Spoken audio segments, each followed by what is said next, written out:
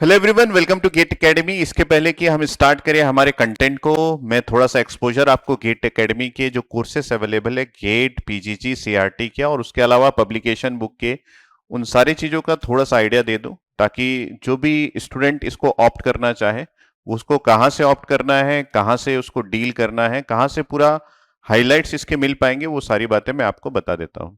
तो हमारे पास कोर्स जो अवेलेबल है गेट 23-24 एस्पिरेंट्स के लिए ईसीडब्ल्यू आईएन, जिस पर्टिकुलर ब्रांचेस को मैं डील करता हूं। सबसे पहला है कि हमारे पास लाइव क्लासरूम प्रोग्राम है। लाइव क्लासरूम प्रोग्राम मतलब आप फैकल्टी से घर बैठे मोबाइल के थ्रू लाइव इंटरेक्ट कर सकते हैं, लाइव उनके टीचिंग को एक्सपीरियंस कर सकते हैं। तो ये बहुत ही गजब का कोर्स है। इसमें आपको ऑनलाइन क्लासरूम मिलेगा, ठीक है, और फीलिंग जो है वो ऑफलाइन की ही रहेगी। रिकॉर्डेड लेक्चर्स भी अवेलेबल होंगे। कई लोग ये सोचते हैं कि लाइव मिलेगा तो रिकॉर्डेड मिलेगा कि नहीं मिलेगा, रिकॉर्डेड भी मिलेगा। आप अपने डाउट्स को पूछ सकते हैं। डाउट्स पूछने के लिए ऐप या फिर आप यूज करते हैं चैट बॉक्स का, जो कि लाइव क्लासरूम प्रोग्राम का एक एडवांटेज है कि जब फैकल्टी डील कर रहा है आप चैट बॉक्स में अपने डाउट्स पूछ के फैकल्टी के साथ इंटरेक्ट कर सकते हैं।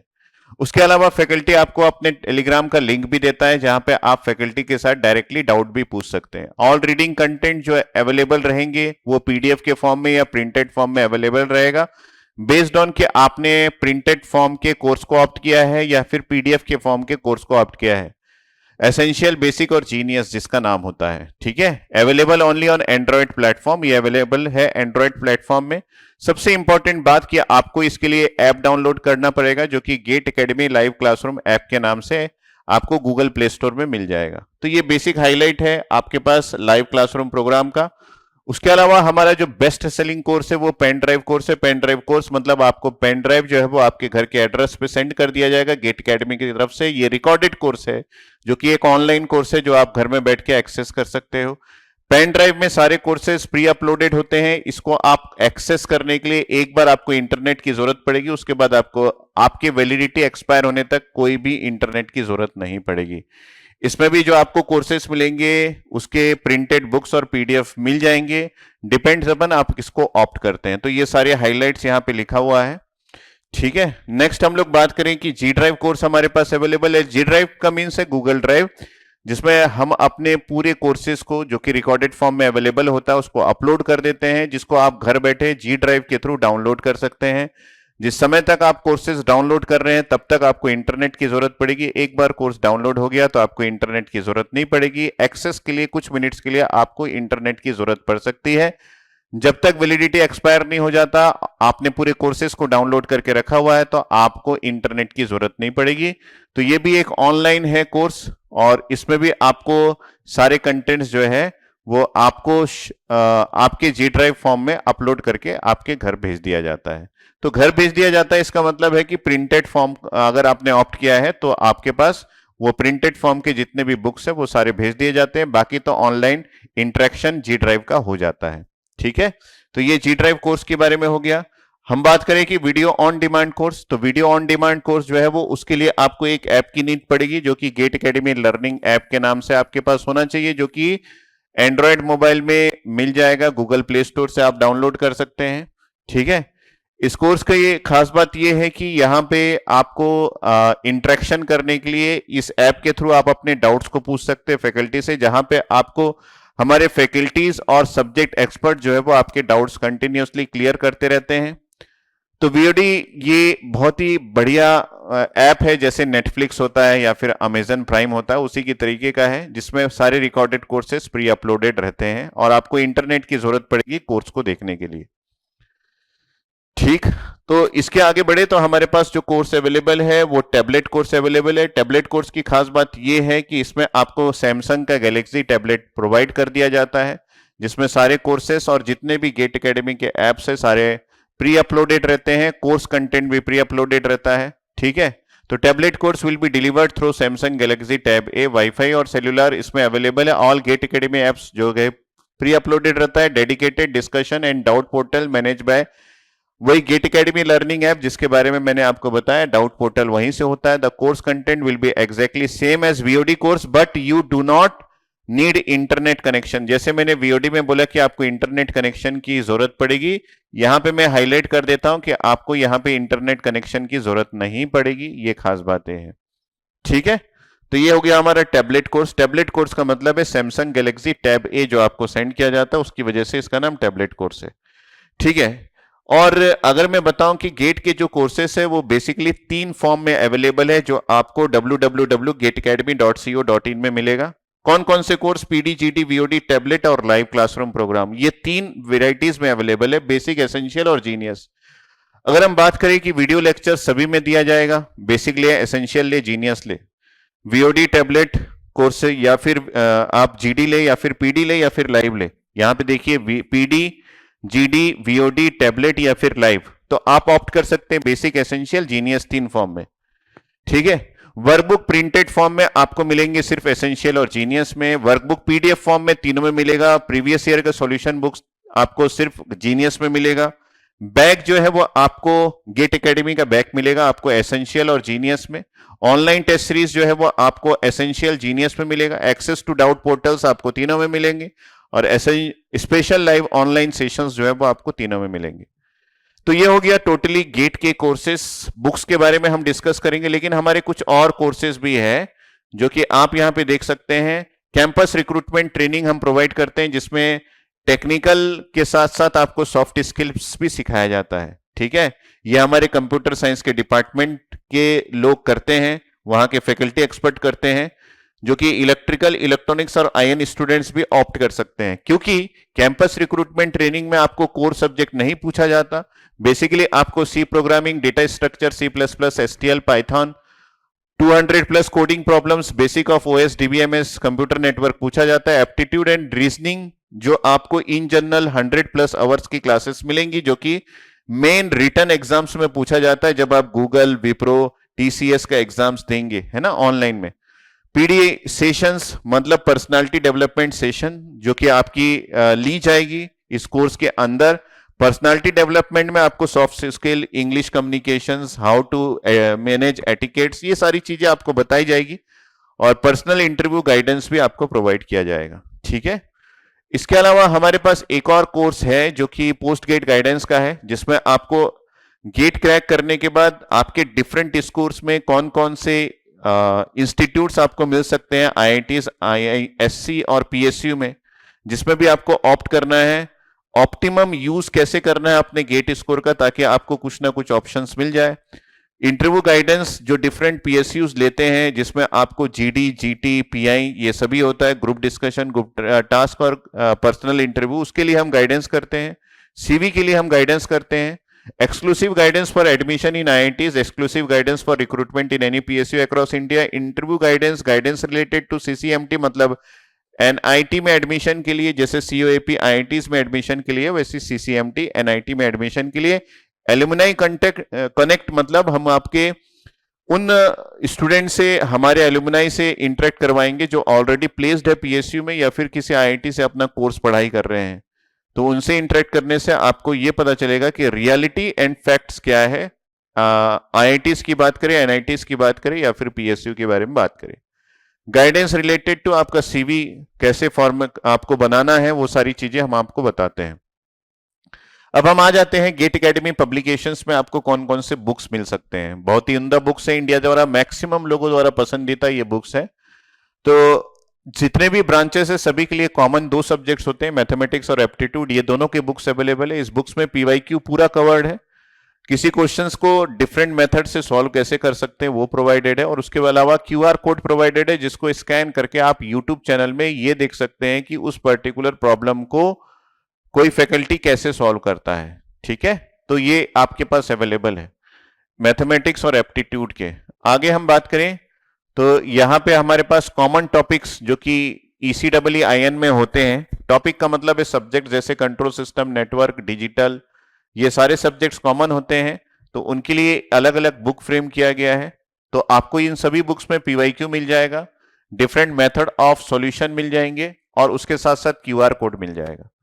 इसके अलावा हम बात करें कोर सब्जेक्ट्स जो कि ईसी के लिए होता है, इलेक्ट्रॉनिक्स डिवाइसेस, कम्युनिकेशन और ईएमटी, उसके लिए अलग बुक है। अगर हम लोग इलेक्ट्रिकल की बात करें तो मशीन पीएसए पावर इलेक्ट्रॉनिक्स के लिए अलग बुक है। हम लोग आईएन के लिए बात करें तो मेजरमेंट हो गया, ट्रांसड्यूसर्स हो गया, उसके लिए ऑप्टो इलेक्ट्रॉनिक डिवाइसेस के लिए अलग से बुक अवेलेबल है। ठीक है, तो ये आपके कोर सब्जेक्ट्स के लिए है। उसके अलावा इलेक्ट्रिकल मशीन के लिए हमारे पास 2 वॉल्यूम अवेलेबल है एक्सक्लूसिव इलेक्ट्रिकल मशीन के लिए। ठीक है, जिसमें आपको टॉपिक्स वाइज इंपॉर्टेंट की पॉइंट्स मिल जाएंगे, थ्योरी मिल जाएगा, क्वेश्चंस पीवाईक्यू मिल जाएंगे, प्रैक्टिस प्रॉब्लम मिल जाएंगे। मतलब ये कंप्लीट आपको इलेक्ट्रिकल मशीन की तैयारी के लिए जो टेक्स्ट की जरूरत है वो सारा कुछ आपको मिल जाएगा इलेक्ट्रिकल ब्रांच के लिए। और अगर हम लोग इलेक्ट्रॉनिक्स ब्रांच की बात करें तो आपको इलेक्ट्रोमैग्नेटिक थ्योरी और कम्युनिकेशन जो इनके कोर सब्जेक्ट्स है उसके लिए बुक मिल जाएंगे, जिसमें आपको प्रैक्टिस प्रॉब्लम, पीवाईक्यू, ईएससी के क्वेश्चंस और जो इंपॉर्टेंट की पॉइंट्स है और थ्योरीज है वो आपको मिल जाएगा। ठीक है, तो चलते हैं हम अपने कंटेंट की ओर जो आज के लेक्चर्स में आपको देखने को मिलेगा। तो यहां पे हम स्टार्ट कर रहे हैं बाइपोलर जंक्शन ट्रांजिस्टर। ये हम स्टार्ट कर रहे हैं bipolar junction transistor. Bipolar junction transistor को हम बीजेटी के नाम से भी जानते हैं और ये बेसिकली एम्पलीफायर बनाने के लिए यूज होता है। तो ये जो है ये एम्पलीफिकेशन के लिए यूज होता है और ये जो है ये स्विच बनाने के लिए यूज होता है। दो काम में ये काम में आता है। ठीक है, तो यहां पे इस डिवाइस को हम बाइपोलर इसलिए बोलते हैं क्योंकि इसमें electrons and holes both contribute, ये दोनों कंट्रीब्यूट करते हैं, contribute for the conduction of current. ये कंडक्शन ऑफ करंट में दोनों हेल्प करते हैं, कंडक्शन ऑफ करंट।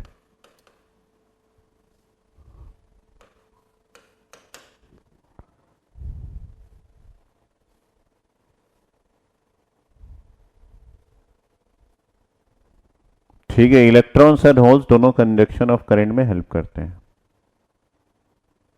तो इसका मेन चीज है कि इसको बनाया कैसे गया है, इसका कंस्ट्रक्शंस कैसे हुआ है।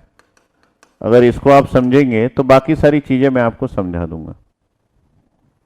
और एम्पलीफायर के लिए हमको क्या जरूरत पड़ती है ये भी आपको क्लियर होना चाहिए।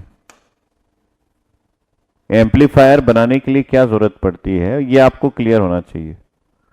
तो जब आप किसी एम्पलीफायर को डिजाइन करते हैं, आप ध्यान देना, एम्पलीफायर को बनाने के लिए हमको चाहिए रहता है एक डिपेंडेंट करंट सोर्स। ये एम्पलीफायर की बेसिक नीड है। और जो बेसिक नीड है अगर उसको हम लोग बोले तो हमको एक वोल्टेज, इसी को मैं दूसरे तरीके से लिख रहा हूं, वोल्टेज डिपेंडेंट करंट सोर्स की नीड हमको पड़ती है। अगर ये हमको मिल गया तो हमारा एम्पलीफायर बन जाता है। तो हम लोग यहां पे यही प्लानिंग कर रहे हैं कि बाइपोलर को अगर एम्पलीफायर बनाना है तो हमको वोल्टेज डिपेंडेंट करंट सोर्स बनाना पड़ेगा। तो अगर हम लोग एक वोल्टेज, अगर हम लोग यहां पे एक voltage dependent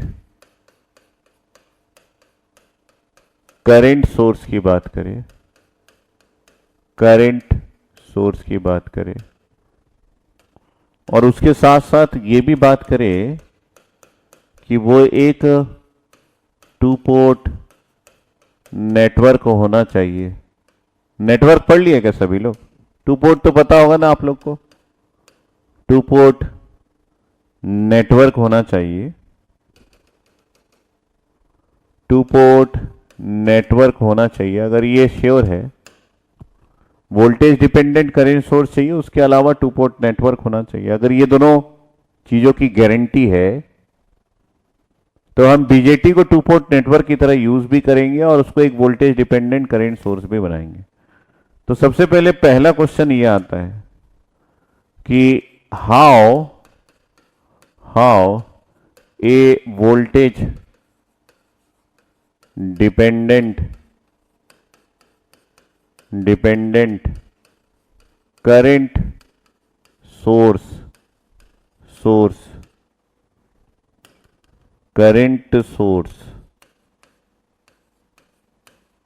used as an amplifier, ये मान लीजिए हमसे पूछ रहा है।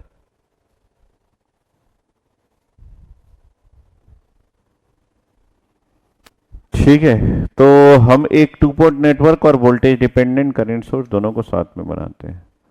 कि मेरे पास मान लीजिए ये एक टू पोर्ट नेटवर्क है जिसमें यहां पे मेरे पास इनपुट पोर्ट है। तो टू पोर्ट नेटवर्क में एक इनपुट पोर्ट होता है, मान लीजिए ये 1 डैश है। एक हमारे पास ये कॉमन पोर्ट होता है जिसको इन जनरल हम लोग ग्राउंड करके रखते हैं। और ये हमारे पास आउटपुट पोर्ट होता है जिसको 2 डैश से रिप्रेजेंट करते हैं। तो आउटपुट में जो भी कुछ आएगा वो इनपुट पे डिपेंड होना चाहिए। लेकिन यहाँ पे खास बात ये है कि अगर आप यहाँ पे एक डिपेंडेंट करंट सोर्स बना दिए और ये जो डिपेंडेंट करंट सोर्स है ये इनपुट के वोल्टेज पे डिपेंड करता है। ये मैंने लिख दिया यहाँ पे V1 या फिर VI। ध्यान से सुनते रहेंगे, थोड़ी देर में समझ में आ जाएगा। और यहाँ पे मैं लिख दिया कि ये KVI है, मतलब यहाँ जो करंट फ्लो हो रहा है वो इनपुट वोल्टेज पे डिपेंडेंट है। और उसके अलावा यहाँ पे एक मैंने रेसिस्टेंस बना दिया और यहां से मैं आउटपुट ले रहा हूं V आउटपुट, और ये रेसिस्टेंस R0 है, ये रेसिस्टेंस R0 है।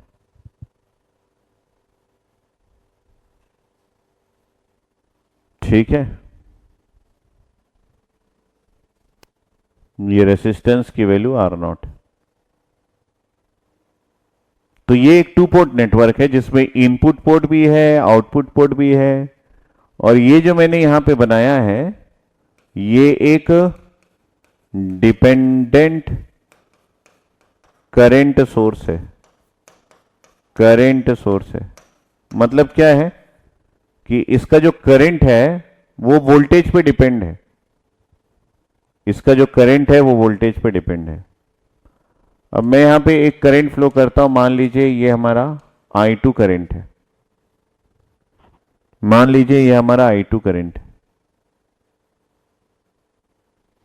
ये करंट दो भाग में बट रहा है, एक इस रेसिस्टेंस में जा रहा है और एक इधर जा रहा है। ठीक है, दो भाग में बट रहा है, एक रेसिस्टेंस में जा रहा है और एक इधर जा रहा है। तो ये करंट जो है वो दो भाग में डिवाइड हो रहा है। तो मैं इस नोड पे एक KCL लगा देता हूं। Outgoing current is equal to incoming current का। तो अगर उस नोड पे मैं KCL लगाता हूं तो वो KCL कैसा लगेगा, ध्यान से देखेंगे। तो मेरे पास यहां पे लग जाएगा V0 डिवाइड बाय, V0 का मतलब है आउटपुट वोल्टेज, ये हमारा आउटपुट वोल्टेज है, डिवाइडेड बाय R0, ये पहला आउटगोइंग करंट है क्योंकि voltage divided by current, resistance जो है वो करंट होता है। और दूसरा करंट है प्लस ऑफ KVI, ये दोनों करंट का एडिशन 0 है। इस नोड पे मैंने KCL लगाया, KCL। तो इससे मुझे क्या पता चला कि अगर मैं आउटपुट को फाइंड आउट करना चाहता हूं तो माइनस ऑफ मेरे पास R0 into K into VI हो गया। इसका मतलब है आउटपुट वोल्टेज जो है वो R0 into K into VI आ गया। अगर यहां पे R0, ध्यान से सुनते रहना, यहां पे R0 और K की वैल्यू ग्रेटर देन 1 है, वेरी मच, तो मेरा V0 जो है वो मेरे VI से ज्यादा होगा। और ये अगर V0 की वैल्यू VI से ज्यादा होती है तो मेरा एम्पलीफायर बन गया, क्योंकि मेरा आउटपुट जो है वो इनपुट से ज्यादा है।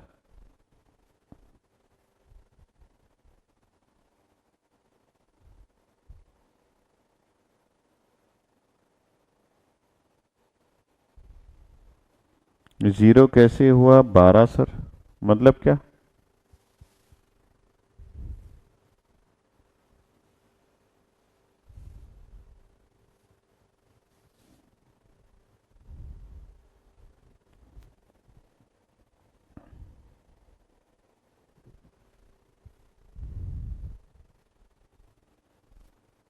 ठीक है, ये क्लियर है। फिर से मैं बता रहा हूं, यहां से इस करंट को हटा दो, नहीं तो आप इससे करेक्ट कंफ्यूज हो रहे, क्योंकि ये ओपन सर्किटेड है, यहां का वोल्टेज V2 V0 है। देखिए इस नोड पे मैं KCL लगा रहा हूं, ठीक है। अगर मैं KCL लगा रहा हूं तो दो करंट साइमल्टेनियसली जा रहे हैं, एक करंट इस पर्टिकुलर ब्रांच में जा रहा है, एक करंट इस ब्रांच में जा रहा है, और यहां इन दोनों टर्मिनल्स जो है वो ओपन सर्किटेड है, और इनके बीच का वोल्टेज V0 है।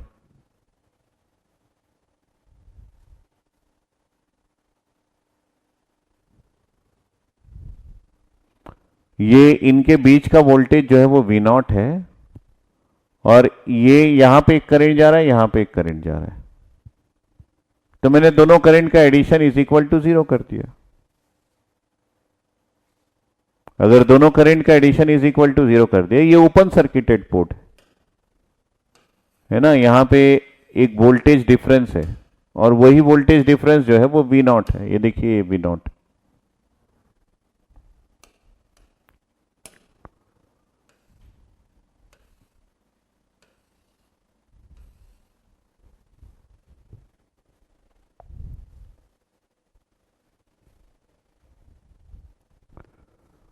ठीक है, वो समझाने के लिए मैं I2 लिख दिया था।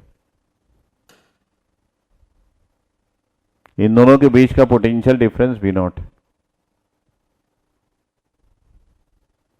तो V0 डिवाइडेड बाय R2 आपका पहला करंट है, प्लस ये, तो मैंने बोला कि V0 जो है वो माइनस R0 इंटू के इंटू वी आई है। अगर R0 और K की वैल्यू ग्रेटर देन 1 है तो V0 की वैल्यू वी आई से ज़्यादा है, इसका मतलब है आउटपुट वोल्टेज इनपुट वोल्टेज से ज़्यादा है। अगर आउटपुट वोल्टेज इनपुट वोल्टेज से ज़्यादा है तो मेरा एम्पलीफिकेशन सक्सेसफुल हो गया, क्योंकि एक एम्पलीफायर क्या होता है, एक एम्पलीफायर का मतलब है, अगर आप एक एम्पलीफायर की बात करते हैं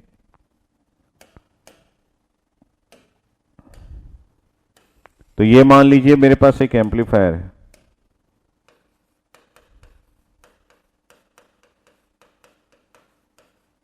ठीक है, तो इसमें आप जो भी इनपुट्स में लगाते हैं, तो ये एक टू पोर्ट नेटवर्क होता है, इसमें एक इनपुट पोर्ट होता है और एक आउटपुट पोर्ट होता है। इनपुट में आप एक साइनोसाइडल सिग्नल लगाते हैं,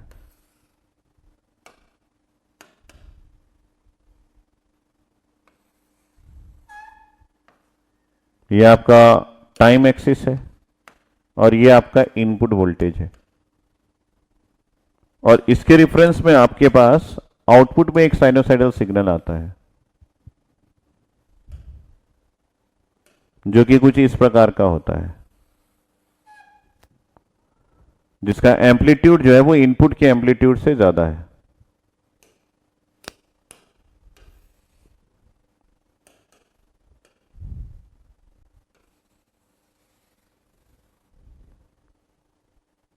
क्लियर है? कुछ डाउट है क्या? और ये है आपका टाइम का एक्सिस, तो ये है एम्पलीफायर। एम्पलीफायर का मतलब है आप यहां पे एक एसी सिग्नल लगाते हैं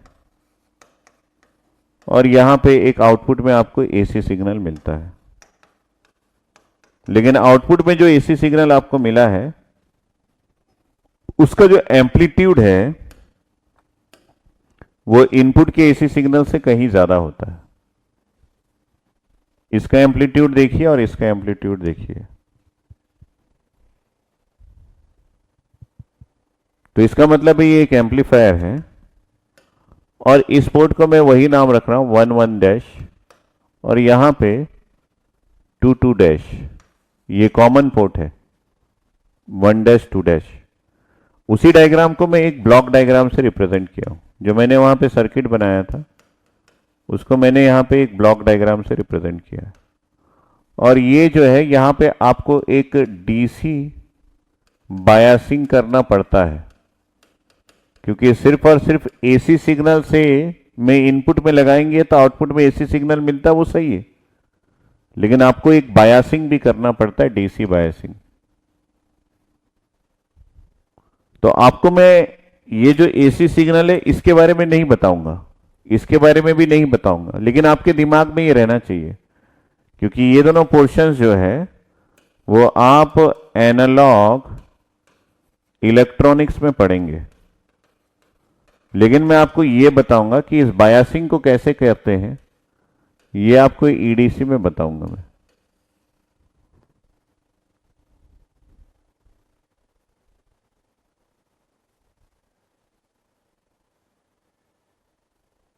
ठीक है। अब अगर इसकी वैल्यू आर नॉट इंटू के की वैल्यू जो है वो अगर लेस देन 1 हो जाएगी तो आपका एम्प्लीफिकेशन नहीं हो पाएगा, इसलिए मैंने बोला कि ये ग्रेटर देन 1 होना चाहिए। लेस देन 1 में नो एम्प्लीफिकेशन, ये एम्प्लीफिकेशन नहीं मिलेगा। ठीक है, तो इसकी वैल्यू 1 से ज्यादा होनी चाहिए। दूसरा, ये जो माइनस साइन है ये क्या रिप्रेजेंट कर रहा है, ये भी है, ये आपका फेस 180 डिग्री का डिफरेंस पे है, किसके किसके बीच में, इनपुट और आउटपुट के बीच में। तो आपका इनपुट और आउटपुट वोल्टेज के बीच में 180 डिग्री का फेज डिफरेंस है, ये नेगेटिव साइन ये रिप्रेजेंट करता है। तो अगर हम लोग यहां पे देखें तो फेज किसको बोलते हैं, एक सिग्नल के 3 पैरामीटर्स होते हैं, ध्यान से सुन लेंगे। 3 parameters of A signal, 3 parameters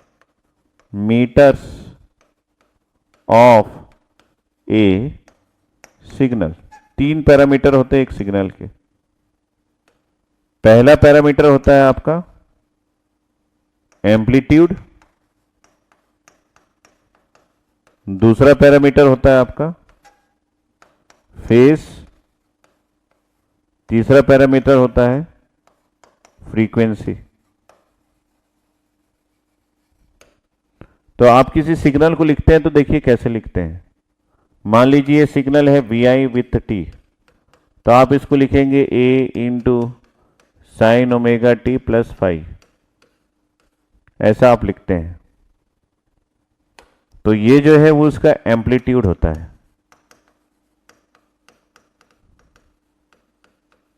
और ये ओमेगा जो है ओमेगा होता है 2 पाई f, मतलब ये उसका फ्रीक्वेंसी है, एंगुलर फ्रीक्वेंसी, और ये जो है ये उसका फेस होता है।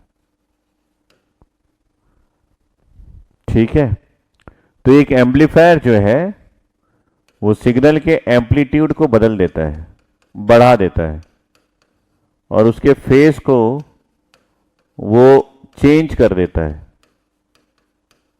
चेंज करता है या फिर नहीं करता, डिपेंड अपन किस टाइप का, लेकिन फ्रीक्वेंसी को इसको भी चेंज कर देता है, इसको भी चेंज कर देता है, लेकिन उसकी फ्रीक्वेंसी को कभी नहीं बदल पाता। एक amplifier never change the frequency.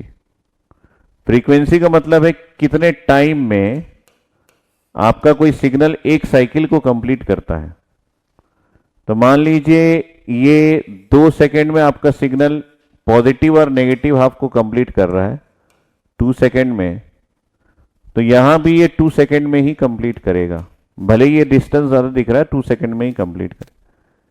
ये उसका फ्रीक्वेंसी होता है। तो फ्रीक्वेंसी चेंज नहीं होती, फेस चेंज हो जाता है। तो फेस का मतलब है 180 डिग्री फेस शिफ्ट। तो पॉजिटिव जो है वो नेगेटिव, जो पॉजिटिव है वो यहां पे आके नेगेटिव बन जाएगा।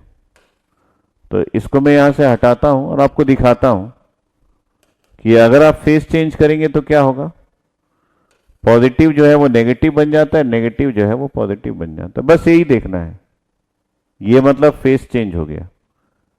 तो ये नेगेटिव बन गया, ये पॉजिटिव। जो यहां पे पॉजिटिव पार्ट है वो इन्वर्ट होके नेगेटिव बन जाएगा, जो यहां का नेगेटिव पार्ट है वो इन्वर्ट होके पॉजिटिव बन जाएगा।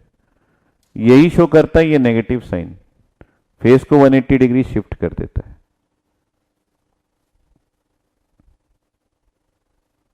तो अगर आपको इतना बेसिक आइडिया है एम्पलीफायर का, तभी जाके आप किसी बीजेटी या मॉसफेट को समझ पाएंगे। तो मैंने आपको सारा कुछ बता दिया, अब आप बताइए कि इसमें से कुछ डाउट है तो पूछिए। तो एक एम्पलीफायर जो है वो एम्पलीट्यूड को चेंज करता है, फेस को चेंज करता है, लेकिन फ्रीक्वेंसी को चेंज नहीं कर पाता। तो आपके पास यहां जो भी आउटपुट सिग्नल आ रहा है वो कुछ ना कुछ टाइम्स है ना, ए टाइम्स इनपुट सिग्नल होगा, और ए जो है यही आपका आउटपुट डिवाइडेड बाय इनपुट होता है, और यही आपका एम्पलीफिकेशन फैक्टर या गेन के नाम से जाना जाता है।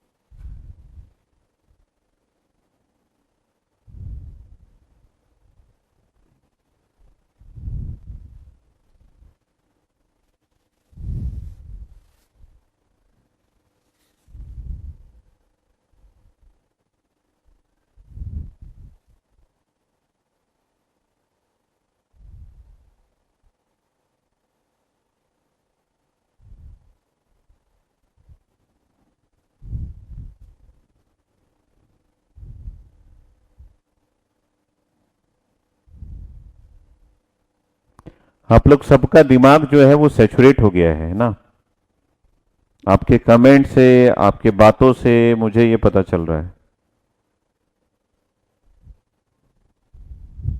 हो सकता है आप 11-12 घंटे पढ़ चुके होंगे, इस वजह से है, क्योंकि आप भांति भांति का बात कर रहे हैं और मुझे कोई ये वाला फिर से समझाने बोल रहा है। तो वीडियो तो है, इसको फिर से देख लो, समझ लो, है ना।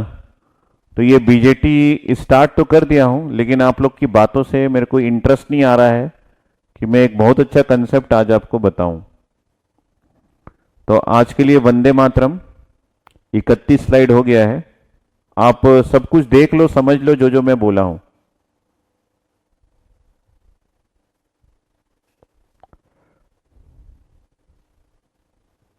अब देखो, ऋषिन रॉय ने बोल रहा है एम्पलीट्यूड इंक्रीज कैसे होता है। जब मैं सब कुछ बता दिया हूं उसके बाद फिर से ये पूछना एम्पलीट्यूड इंक्रीज कैसे होता है, ये मेरे लिए मेरे बस का नहीं है। वही तो बताया एम्पलीट्यूड कैसे इंक्रीज होता है, क्योंकि हम जो डिजाइन करते हैं वो एक डिपेंडेंट करंट सोर्स डिजाइन करते हैं। तो ये जो है ये आपके एम्पलीट्यूड है आउटपुट का, और ये इनपुट का एम्पलीट्यूड है, और अगर आप डिपेंडेंट करंट सोर्स बनाएंगे तभी ये बढ़ेगा। यही बताने की कोशिश कर रहा हूं, और फिर से आप वही पूछ रहे हो, इसका मतलब है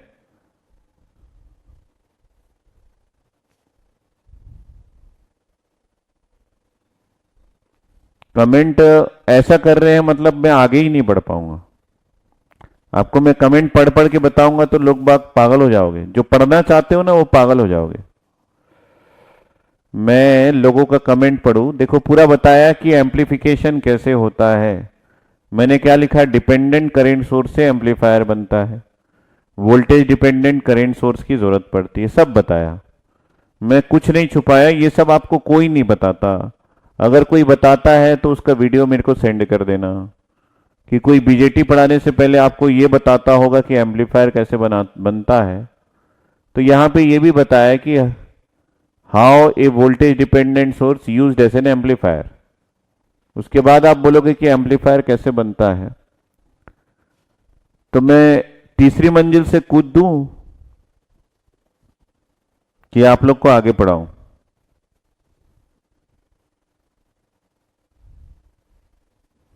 ये एक फैक्टर है, ये हर जगह अलग अलग आएगा।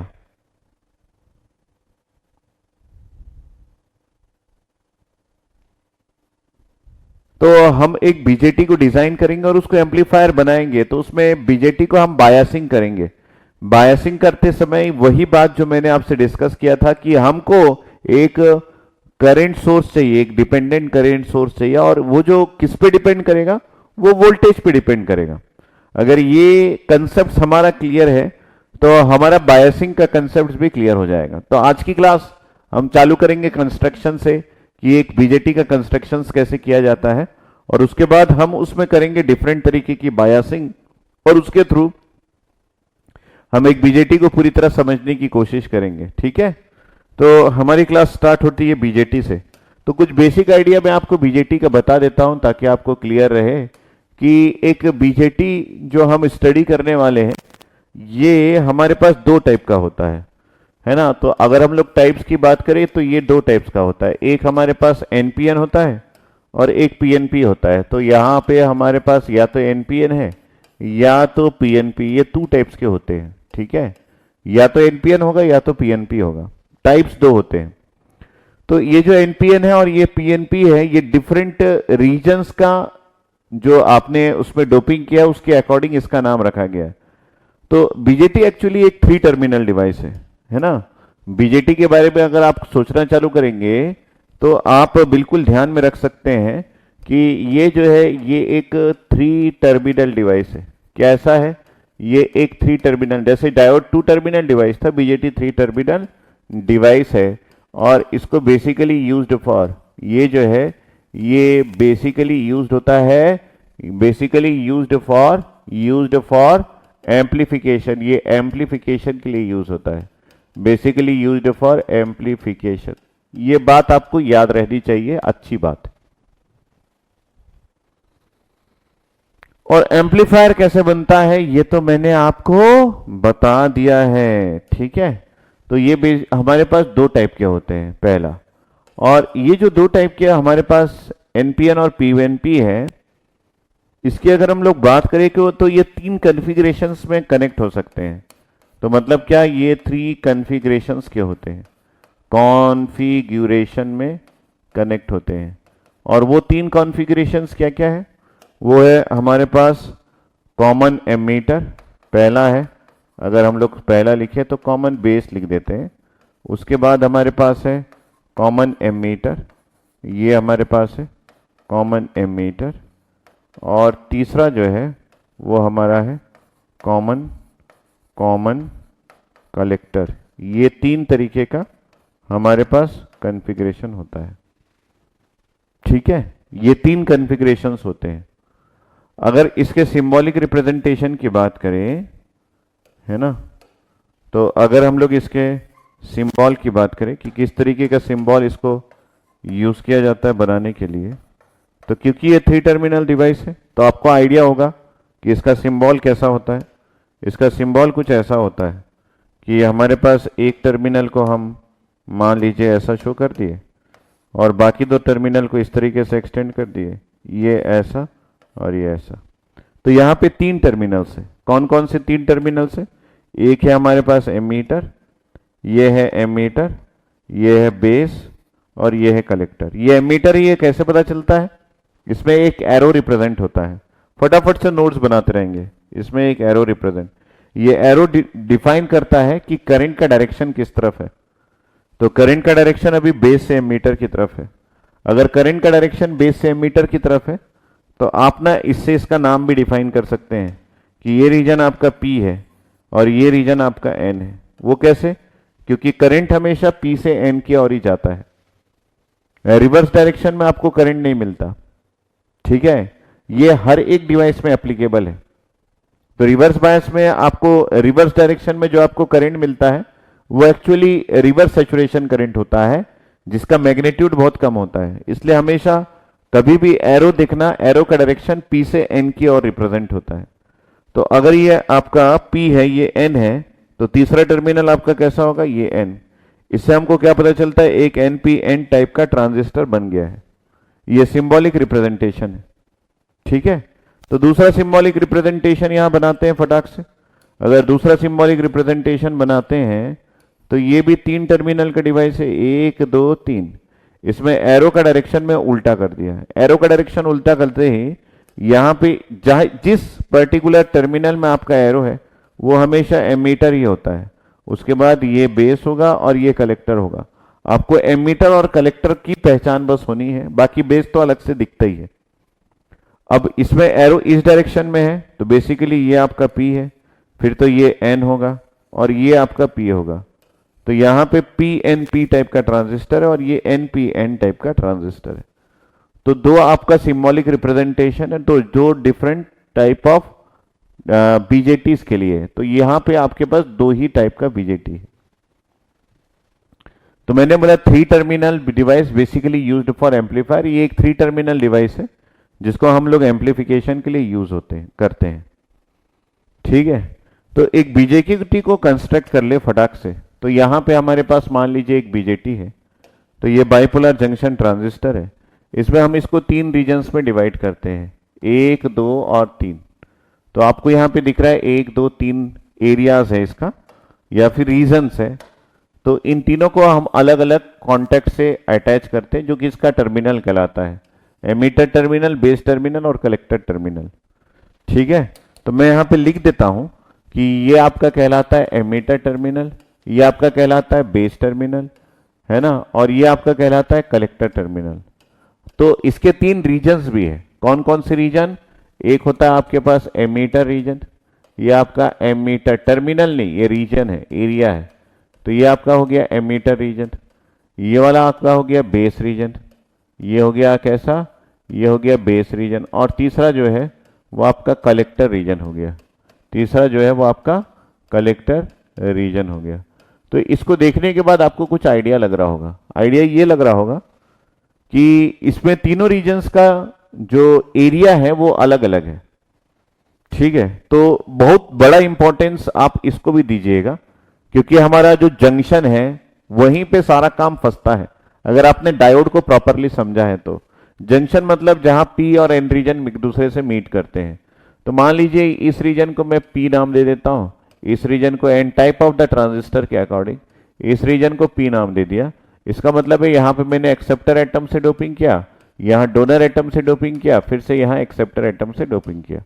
3 अलग अलग रीजन्स में 3 अलग अलग डोपिंग। तो यहां पे सबसे ज्यादा डोपिंग किसकी होती है? सबसे ज्यादा डोपिंग जो है वो एमीटर रीजन की होती है। एमीटर रीजन हैवीली डोप्ड होता है और बेस रीजन जो है वो लाइटली डोप्ड होता है, और कलेक्टर रीजन जो है वो मॉडरेटली डोप होता है। ठीक है, कलेक्टर रीजन को हम लोग मॉडरेट डोप करते हैं। तो कई बार हम लोग ऐसा भी डोप करते हैं, अगर हम लोग 3 रीजन्स की बात करें तो एमीटर रीजन के डोपिंग कंसंट्रेशन को हम Ne से रिप्रेजेंट करते हैं, बेस रीजन के Nb से रिप्रेजेंट करते हैं और कलेक्टर को Nc से रिप्रेजेंट करते हैं। ठीक है, एमीटर रीजन का डोपिंग कंसंट्रेशन बेस रीजन से बहुत हाई होता है और बेस रीजन का डोपिंग कंसंट्रेशन कलेक्टर रीजन से ज्यादा होता है। यहां पे जो Ne है वो डोपिंग डेंसिटी की बात कर रहा है। तो ये जो Ne है, ये Ne का मतलब है ये है डोपिंग डेंसिटी। डोपिंग डेंसिटी पर मतलब पर यूनिट वॉल्यूम आपने कितने एटम्स डोप किया एमीटर रीजन में, डोपिंग डेंसिटी ऑफ एमीटर, ये ऐसा है। ठीक है, और Nb जो है वो आपका डोपिंग डेंसिटी है। तो ये जो है ये आपका डोपिंग डेंसिटी है ऑफ बेस रीजन का। ठीक है, और Nc जो है वो आपका है डोपिंग डेंसिटी कहाँ का? ऑफ कलेक्टर रीजन का।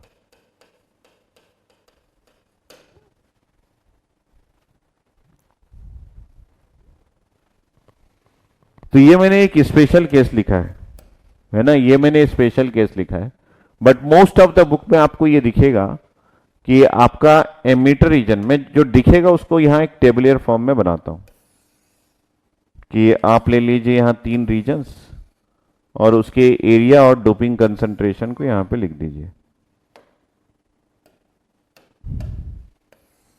1, 2 और ये 3। ठीक है, तो यहां पे मैंने लिखा कि ये आपका डोपिंग कंसंट्रेशन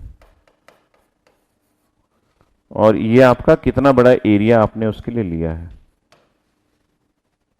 तो यहां पे हम लोग लिख देते हैं रीजन्स, किस रीजन की हम बात कर रहे हैं। तो सबसे पहले हम एमीटर रीजन की बात करते हैं। मान लीजिए तो एमीटर रीजन की डोपिंग कंसंट्रेशन सबसे ज्यादा होती है। तो यहां पे लिख देता हूं this is heavily doped region. फिर हम लोग अगर बेस रीजन में जाएं तो बेस रीजन की डोपिंग कंसंट्रेशन बहुत कम होती है। सो दिस इज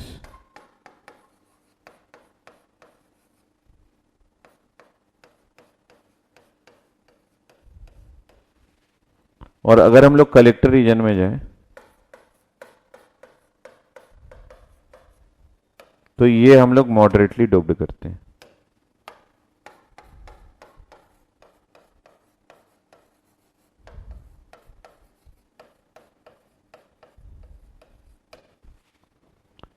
ये जो है इसके पीछे हमारे पास रीजंस हैं और उसके पीछे भी हमारे पास रीजन है। तो इसको हम लोग थोड़ी देर बाद देखेंगे कि ऐसा हम लोग क्यों किए, जब आपको मैं पंच थ्रू कंडीशन पढ़ाऊंगा। उसके पहले आप जितने भी केसेस देखेंगे उसमें आपका तीनों रीजन्स का डोपिंग में एमीटर रीजन सबसे ज्यादा डोपिंग रहेगा, बेस रीजन सबसे कम डोपिंग रहेगा और कलेक्टर रीजन जो है वो हम लोग मॉडरेटली डोप्ड करते हैं। अगर हम लोग बात करें कि एमीटर रीजन का एरिया क्या होगा, तो इसका एरिया जो है ये मॉडरेट होता है, मतलब बहुत ज्यादा नहीं होता। इसका एरिया जो है ये मॉडरेट होता है, बहुत ज्यादा नहीं होता। इसका एरिया जो है वो स्मॉल होता है, ये एरिया जो है वो बहुत छोटा होता है और इसका एरिया जो है वो सबसे लार्ज होता है, लार्जेस्ट एरिया। तो यहां पे हम लोग लिख देते हैं this is having large just among all three. तो ये बेसिक आइडिया है जो मैं आपको दे रहा हूं। अगर आप प्रैक्टिकल एक बीजेटी को ड्रॉ करेंगे तो आपको थोड़ा सा और आइडिया लगेगा। जैसे फॉर एग्जांपल मैं एक बीजेटी को प्रैक्टिकली ड्रॉ करूं तो एक्चुअली वो ऐसा नहीं दिखता है, वो एक्चुअली ऐसा होता है, ऐसा नहीं दिखता है। वो एक्चुअली इस टाइप का एक बॉक्स होता है, सबस्ट्रेट जिसको बोलते हैं। इसके अंदर हम छोटा सा एक एरिया लेते हैं लाइक दिस,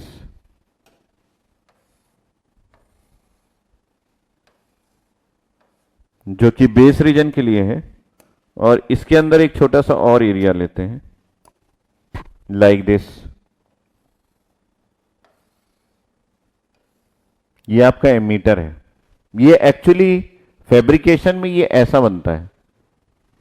तो मैं आपको बोल रहा हूं कि ये आपका कलेक्टर है, ये बेस है और ये एमीटर है। इन तीनों से हम लोग एक एक टर्मिनल एक्सटेंड करते हैं, कलेक्टर से कलेक्टर टर्मिनल, बेस से बेस टर्मिनल और एमीटर से एमीटर टर्मिनल। तो मैं यहां पे लिख देता हूं कि ये आपका एमीटर है, ये बेस है और ये कलेक्टर है। तो एक्चुअली में बीजेटी ऐसा बनता है। तो आप यहां पे देख सकते हैं कि कलेक्टर जो है वो आउटर मोस्ट एनवायरमेंट से कनेक्टेड भी है और कलेक्टर रीजन का एरिया मतलब ये वाला एरिया, ये पूरा area, this is having the largest area, ये इसका एरिया सबसे ज्यादा है। उसके बाद हम लोग देखें तो एमीटर रीजन का एरिया है और उसके बाद हम लोग देखें तो थर्ड में हमारा बेस रीजन जो सबसे थिन है। तो तीन एरियाज हमारे पास होते हैं, तो उसका एरिया हम लोग लिखे मॉडरेट, स्मॉल और लार्जेस्ट, ठीक है। और डोपिंग लिखे heavily doped, lightly doped and moderately doped. तो तीन पॉइंट्स जो है वो आपके बड़े क्लियर होने चाहिए।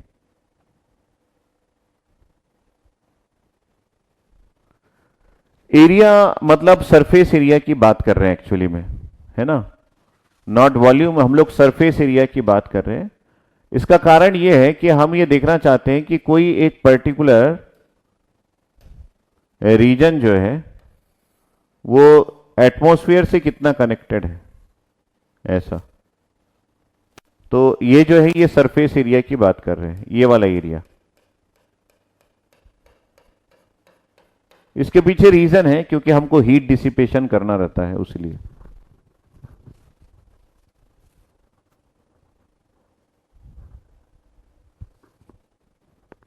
नहीं, मैंने आपको दो कहानी बताई है, दोनों कहानी अलग अलग है। ये कहानी अगर इसमें डोपिंग कंसंट्रेशन में जाएंगे, देखिए मैं कंफ्यूज नहीं कर रहा हूं, मैं बिल्कुल क्लियर हूं। मैंने आपको दो कहानी बताई है, एक ये वाली और एक ये वाली। इसके थ्रू जाएंगे तो आपको ये पता चलेगा कि एमीटर रीजन का डोपिंग कंसंट्रेशन सबसे ज्यादा है, फिर कलेक्टर, फिर इसका है बेस रीजन। ये एक कहानी है और ये एक कहानी है, दो अलग अलग बताया है। दोनों के पीछे का मैं रीजन आपको आगे आने वाले वीडियोस में बताऊंगा, मतलब आज ही बताऊंगा। दोनों के पीछे की कहानी जो है वो आपको आगे पता चलेगा। तो आपके पास बुक्स में कुछ ऐसा लिखा रहेगा, लेकिन किसी अच्छे स्टैंडर्ड बुक्स में आपको ये भी लिखा रहेगा। तो आप इन जनरल फॉलो इसको कर सकते हैं, लेकिन कुछ अच्छे रीजंस को बताने के लिए आपको इसको फॉलो करना पड़ेगा।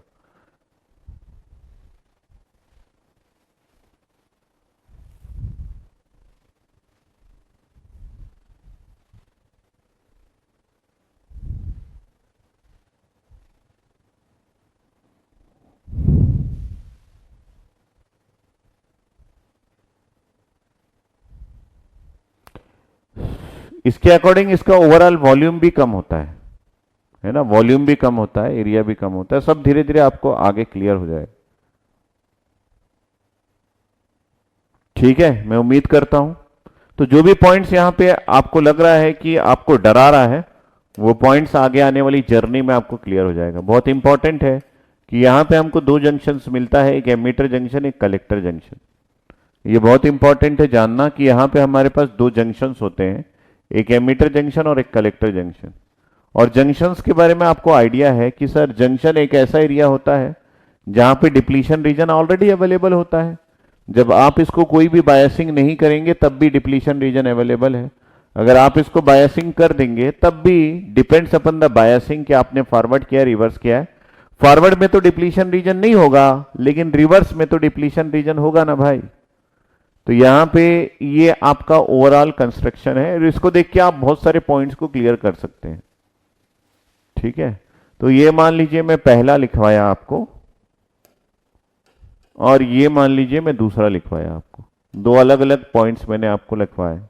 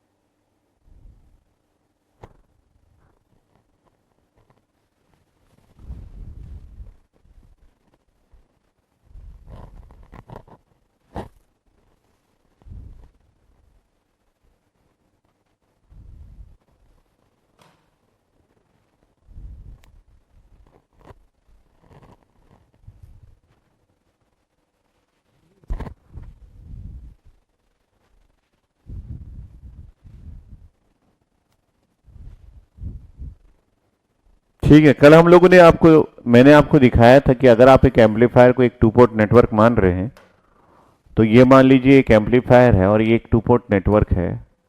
तो मैंने आपको बताया था कि यहाँ पे हम एसी सिग्नल तो लगाते ही है, और यही एसी सिग्नल जो है वो आउटपुट में एम्पलीफाई होता है। तो ये आपके पास एक एसी सिग्नल है जिसका इनपुट ऐसा है, और यही एसी सिग्नल जो है वो आपको आउटपुट में एम्पलीफाई होके मिलता है। ये मैंने कल आपको दिखा दिया था, और इससे रिलेटेड जितने भी पॉइंट्स थे उसको मैंने आपको क्लियर की थी। जितने लोगों को क्लियर हुआ है वो वेल एंड गुड है, नहीं भी क्लियर हुआ है तो आगे जाके आपको क्लियर हो जाएगा। तो यहाँ पे ये आपका एम्पलीफायर है, एम्पलीफायर है। तो ये जो आपने लगाया है ये एक एसी सिग्नल है, ये जो आपने लगाया है ये एक एसी सिग्नल है, और आउटपुट में आपको एक एम्पलीफाइड एसी सिग्नल मिलता है। ये जो सिग्नल आपको आउटपुट में मिला है ये एक एम्पलीफाइड एसी सिग्नल है, ये एक एम्पलीफाइड एसी सिग्नल है। लेकिन इसके अलावा आपके लिए एक और पॉइंट इंपॉर्टेंट है, वो ये कि आप इस डिवाइस में एक एम्पलीफायर में एक और चीज लगाते हैं, वो है डीसी बायसिंग। तो इस डीसी बायसिंग के बारे में ही मैं अभी बात करने वाला हूँ।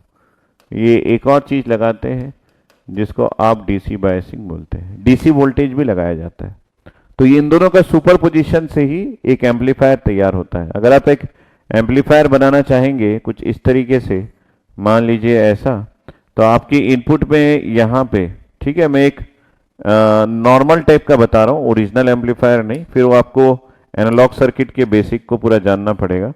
तो अगर मैं ऐसा बना दिया और यहाँ से मैं आउटपुट ले रहा हूँ, ये मेरा कॉमन टर्मिनल है जिसको मैं ग्राउंड कर देता हूँ, तो ये मेरा इनपुट टर्मिनल है। तो इस इनपुट टर्मिनल में मेरे को दो सिग्नल लगाने पड़ते हैं, ठीक है। एक होता है मेरा एसी सिग्नल जिसको मैं एक साइनोसाइडल से शेयर कर सकता हूँ, और ये ऐसा, और एक होता है मेरे पास डीसी जो कि ऐसा लगता है, ठीक है। तो इस तरीके से मैं दो सिग्नल का सुपरपोजिशन इनपुट में लगाता हूँ और उसी का ही आउटपुट में आपको रिजल्ट मिलता है। तो यहां पे जो डीसी मैंने लगाया है, एक डीसी मैं यहां पे भी लगाता हूं, अगर सही बात बताऊं तो यहां पे भी आपके पास एक डीसी लगता है, तो दो डीसी वोल्टेजेस लगाए जाते हैं। तो इसको भी आप यहाँ पे पॉजिटिव वोल्टेज मान लीजिए +5 वोल्ट करते हैं, और ये डायरेक्शन ऐसा है, और आपका आउटपुट जो है वो इन दोनों से लिया जाता है, V0, ये ऐसा, ये कलेक्टर टर्मिनल है, ये बेस टर्मिनल है, ये एमीटर टर्मिनल। तो आप देख सकते हैं कि एसी सिग्नल तो लगाया हूं, तो यहां पे आउटपुट में आपको एक एम्पलीफाइड एसी सिग्नल मिलेगा ही, है ना। ये ब्लॉक डायग्राम को मैंने एक सर्किट में ड्रॉ कर दिया, लेकिन इसके अलावा एक डीसी इनपुट भी इसमें लगाया जाता है, चाहे आप इस तरफ देखें चाहे आप इस तरफ देखें, ये भी एक डीसी वोल्टेज है, प्लस माइनस, ये एसी है और ये आपका डीसी है।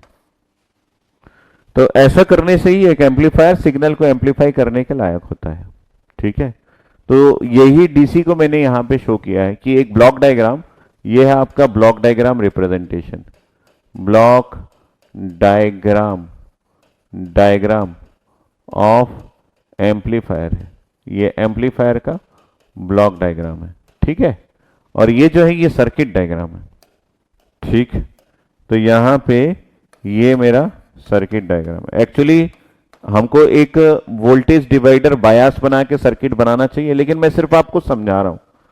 तो ये जो है ये आपका सर्किट डायग्राम है, किसका, एम्पलीफायर का। तो आपको सारी बात ना क्लियर होनी चाहिए, कहीं पे भी कंफ्यूजन नहीं होना चाहिए कि सर डीसी कहाँ लगता है, आज तक तो दिखा नहीं, एसी कहाँ लगता है, आज तक तो दिखा नहीं। ऐसा कंसेप्चुअल चीजें जो है वो दिमाग में नहीं आनी चाहिए, इसलिए मैंने आपको एक ब्लॉक डायग्राम भी बनाया और एक एम्पलीफायर भी बना के मैंने दिखा दिया। तो दो जगह डीसी लग रहा है, एक यहाँ पे और एक यहाँ पे, ठीक है। तो आगे बढ़ते हैं, और हमारे सर्किट को भी जब हम डीसी बायसिंग करते हैं तो वो डिफरेंट मोड ऑफ ऑपरेशन में वर्क करता है। तो यहां पे अगला टॉपिक जो है वो हमारा है mode of operation, mode of operation. ये कितने मेथड से इसको आप ऑपरेट कर सकते हैं। तो आप देखिए जब आप इसको ऑपरेट करेंगे, है ना, तो यहां पे आप दो पोटेंशियल्स लगा सकते हैं। एक पोटेंशियल आप, है ना, डीसी लगाना है ना, एक पोटेंशियल से आप एमीटर बेस को बायसिंग कर सकते हैं ऐसा, और एक पोटेंशियल से आप कलेक्टर बेस को बायसिंग कर सकते हैं कुछ ऐसा। तो इसका मतलब है आप एमीटर जंक्शन को बायस कर रहे हैं या फिर कलेक्टर जंक्शन को, किसी एक को बायस कर रहे हैं। तो यहां पे मैंने दो वोल्टेज सोर्स लगा दिए हैं, ठीक है। तो इसके अनुसार आप देख सकते हैं कि आपका एमीटर जंक्शन इस वोल्टेज से बायस हो रहा है और कलेक्टर जंक्शन इस वोल्टेज से बायस हो रहा है। तो ये बेसिकली एक डायोड की तरह बिहेव कर रहा है। देखिए यहां पे आपके पास ये P है, ये N है, ये दोनों मिलके एक डायोड बना रहे हैं जिसको आप इस वोल्टेज से बायस कर रहे हो। उसी प्रकार ये N है और P है, इसको भी आप एक डायोड की तरह ले लें तो इस वोल्टेज से आप उसको बायस कर रहे हो, ठीक है। तो ये बायसिंग किस किस तरीके से हो सकती है, क्योंकि एक बैटरी की पोलैरिटी पॉजिटिव भी होती है नेगेटिव भी होती है, तो उसके अकॉर्डिंग आप इसको फॉरवर्ड बायस और रिवर्स बायस भी कर सकते हो।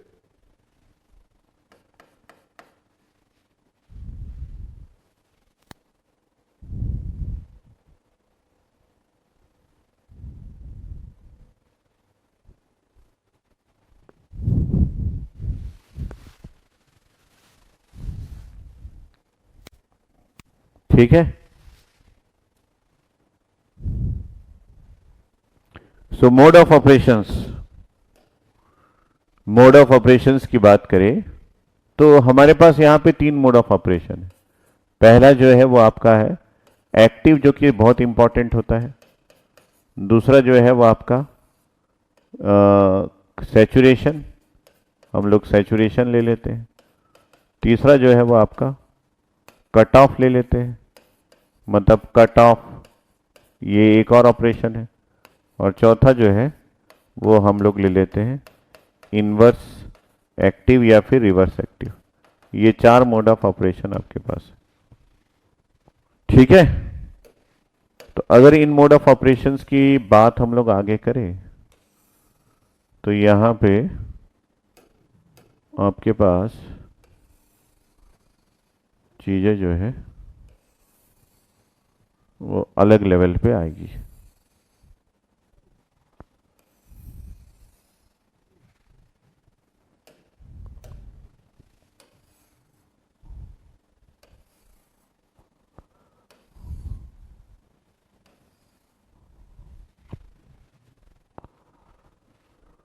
ठीक है, तो ये जो एक्टिव मोड है इसको भी हम लोग ले लेते हैं इसके ऊपर।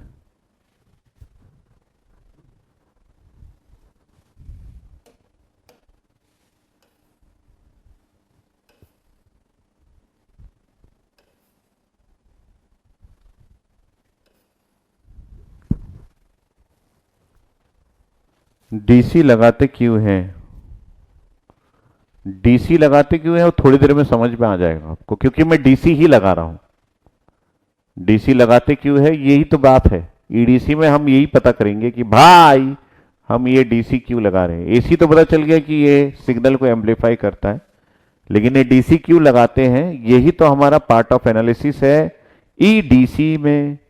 तो हम लोग ईडीसी में यही पता करते हैं। तो यहां पे हमारे पास है एमीटर जंक्शन को ले लेते हैं जिसको हम बायस करेंगे, और दूसरा जो है वो कलेक्टर जंक्शन है जिसको, और इन दोनों को बायस करेंगे प्रॉपरली तो हमारा इसके अनुसार किस एप्लीकेशन में हम लोग इसको यूज करेंगे, तो ये कहां पे यूज होगा ये भी हम लोग देखेंगे, ठीक है। तो अगर हम लोग एक्टिव मोड में बायस करते हैं तो एमीटर जंक्शन को आपको फॉरवर्ड बायस करना पड़ता है, कलेक्टर जंक्शन को रिवर्स बायस करना। अगर आप ऐसा करेंगे तभी आपका एम्पलीफायर बन पाएगा, तभी आपका एम्पलीफायर बन पाएगा। याद रखना मैं बता चुका हूं कि एम्पलीफायर का मतलब है कि हमको एक डिपेंडेंट करंट सोर्स चाहिए आउटपुट में। अगर ये बात भूल जाओगे तो कभी भी आप कनेक्ट नहीं कर पाओगे। सैचुरेशन में हमारे पास ये भी फॉरवर्ड बायस होता है, ये भी फॉरवर्ड बायस होता है, दोनों फॉरवर्ड बायस है, मतलब दोनों डायोड ऑन है। दोनों डायोड ऑन है तो ये एक ऑन स्विच की तरह काम करता है। ये कैसा काम करता है, ये एक ऑन स्विच की तरह काम करता है। कट ऑफ में बात करें तो भाई कट ऑफ में तो ये भी आपका रिवर्स बायस हो जाएगा, ये भी रिवर्स बायस हो जाएगा ताकि करंट फ्लो ही ना हो। तो यहाँ पे ये एक ऑफ स्विच की तरह काम करता है, ये ऐसा काम करने लगता है, ठीक है। और इनवर्स एक्टिव का मतलब है कि जो आपने पहले केस में किया है उसका उल्टा। तो पहले केस में क्या किया आपने, फॉरवर्ड बायस को रिवर्स बायस कर दो और रिवर्स बायस को फॉरवर्ड बायस कर दो, तो ये एम्पलीफाई करने से बजाय ये अटेन्यूएट करने लगेगा सिग्नल को। तो यहां पे हम लिखते हैं दिस इज अटेन्यूएटर, ये अटेन्यूएटर बन जाता है। अटेन्यूएटर मतलब जो सिग्नल के स्ट्रेंथ को डिक्रीज करे या फिर एम्पलीट्यूड को कम कर दे, तो ये अटेन्यूएटर बन जाता है। तो ये बेसिक आइडिया है जो कि आपको जरूरत पड़ेगा हर कदम पे। जब जब आप बीजेटी पढ़ेंगे, बीजेटी के हर कदम पे, हर एक कदम पे आपको इस पे वर्क करना पड़ेगा। और इस पे काफी सारा क्वेश्चंस जो है वो आपके एक सब्जेक्ट में आता है, दैट इज एनालॉग इलेक्ट्रॉनिक्स, ठीक है। वो एनालॉग इलेक्ट्रॉनिक्स नाम के एक सब्जेक्ट में आता है।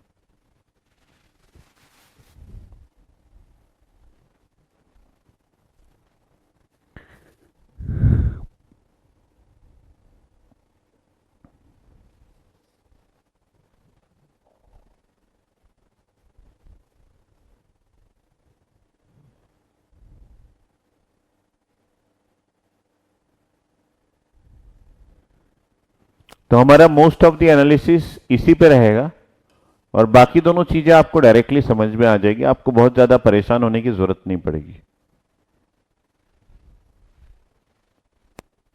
पिछला स्लाइड दिखाइए, देखिए, देखिए तो सही, समझिए तो सही, रुकिए तो सही। ये आपका ब्लॉक डायग्राम है।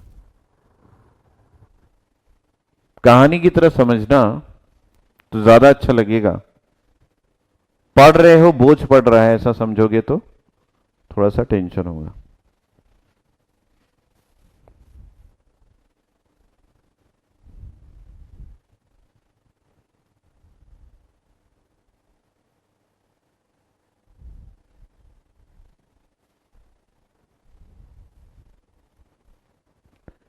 एनालॉग मैं नहीं पढ़ाऊंगा, एनालॉग आपको सोनल सर पढ़ाएंगे।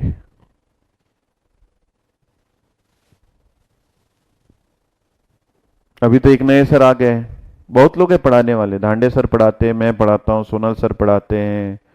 अभी एक सुजल पटेल सर आए हैं, वो पढ़ाते हैं। कविंद्र सर पढ़ाते हैं, बहुत लोग पढ़ाते हैं। तो जो खाली वो पढ़ा देगा। मैं तो कभी खाली रहता नहीं हूं, मैं तो भरा बैठा रहता हूं कि कब मेरे को मिले और आप लोगों को मैं सुनाऊं।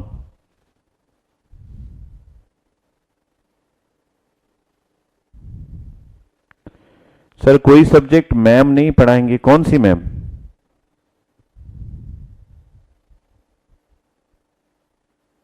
यूजीसी नेट की तैयारी तो चल रही है ना, एक चैनल है हमारा यूजीसी नेट का, वहां पे पढ़ाते हैं यूजीसी नेट के लिए।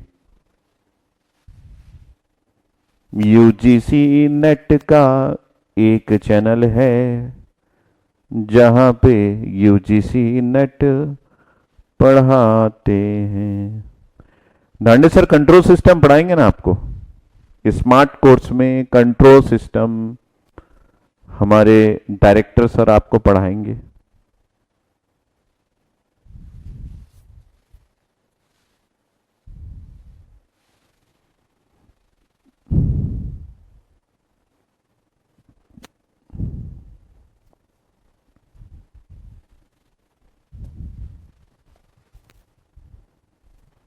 देखो कितना सुंदर है ईडीसी, हर पेज में एक नया कहानी, हर पेज में एक नई कहानी चलती है ईडीसी में।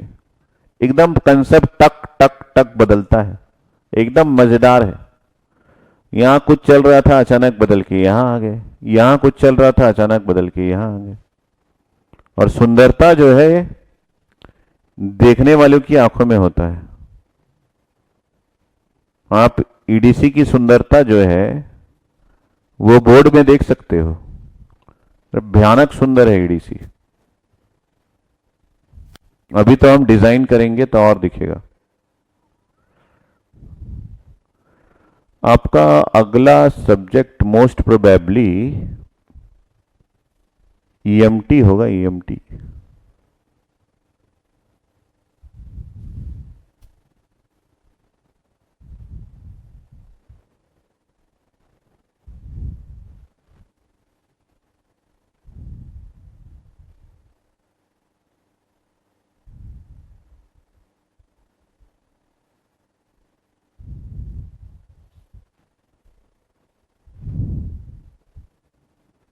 धांडे सर आपको क्वेश्चंस करवाएंगे ना,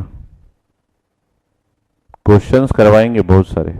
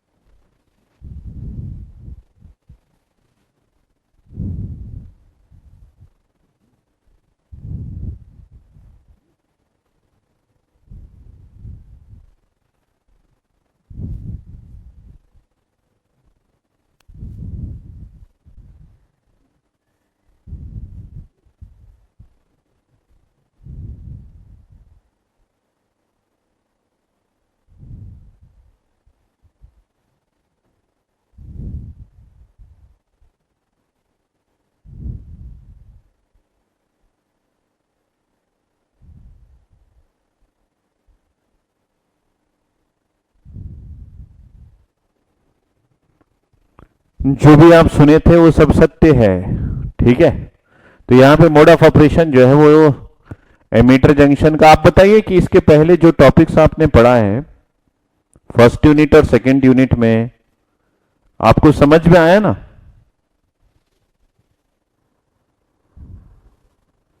कोई ऐसा तो नहीं है कि भाई कुछ समझ में नहीं आ रहा है तब भी स्मार्ट कोर्स लेके बैठा है और समझने की कोशिश कर रहा है?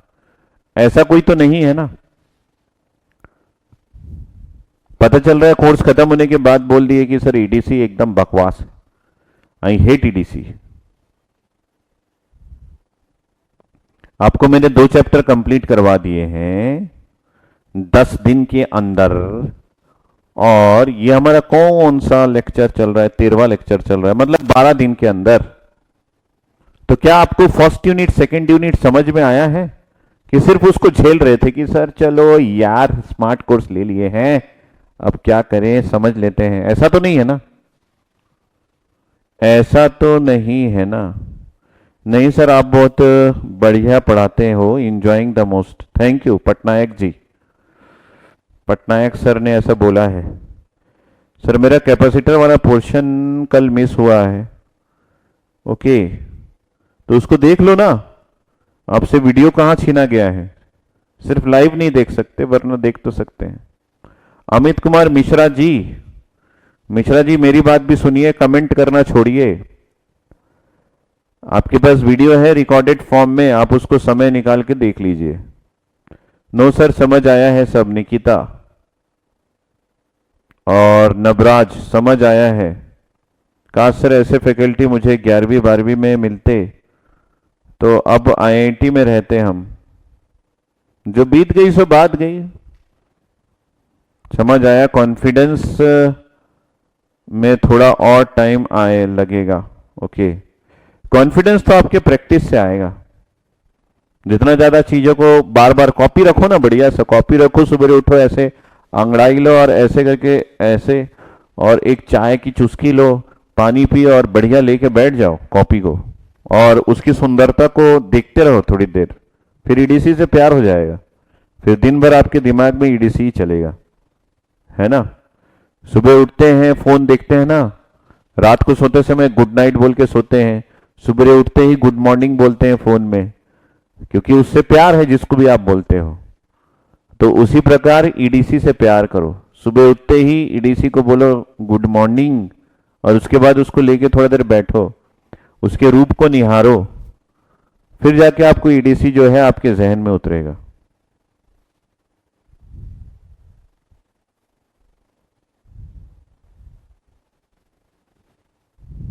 ठीक है, थैंक यू सुशांत। सुशांत ने ईडीसी पढ़ने के लिए स्मार्ट कोर्स लिया है, ऐसा बोल रहा है।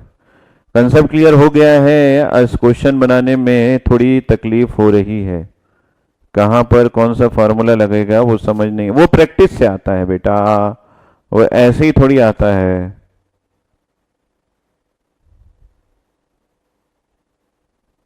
ठीक है, वो प्रैक्टिस से आता है। देखिए आज हम लोग बीजेटी चालू किए ना, बीजेटी की स्टोरी थोड़ी सी अलग है। मैं ना जैसे जैसे आप आगे बढ़ोगे बीजेटी समझ में आएगा। खत्म होने के बाद बीजेटी के बारे में भी पूछूंगा, उसके बाद मॉसफेट पढ़ाऊंगा भयंकर तरीके से, आग लगा देंगे मॉसफेट में। फिर मॉसफेट के बारे में भी पूछूंगा। आशीष रंजन जो बार्क में कार्यरत है, उन्होंने बोला कि समझ में आया है सर, अच्छा से, है ना? तो आशीष रंजन को भी समझ में आया है। वो अभी बीएआरसी में वर्किंग है शायद, है ना आशीष? ठीक बोल रहा हूं मैं? तो जिनको नहीं समझ में आया उनका भी कमेंट चाहूंगा। मैं चाहूंगा कि वो भी 2 शब्द बोले अपने कीमती।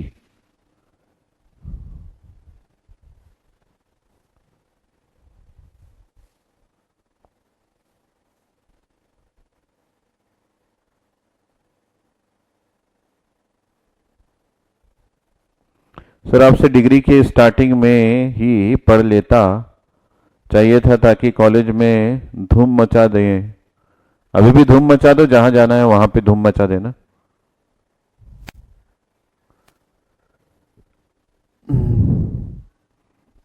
ठीक है, सभी का क्लियर है? किसी को कोई परेशानी है तो कृपया झेले ना, मुंह से बोले।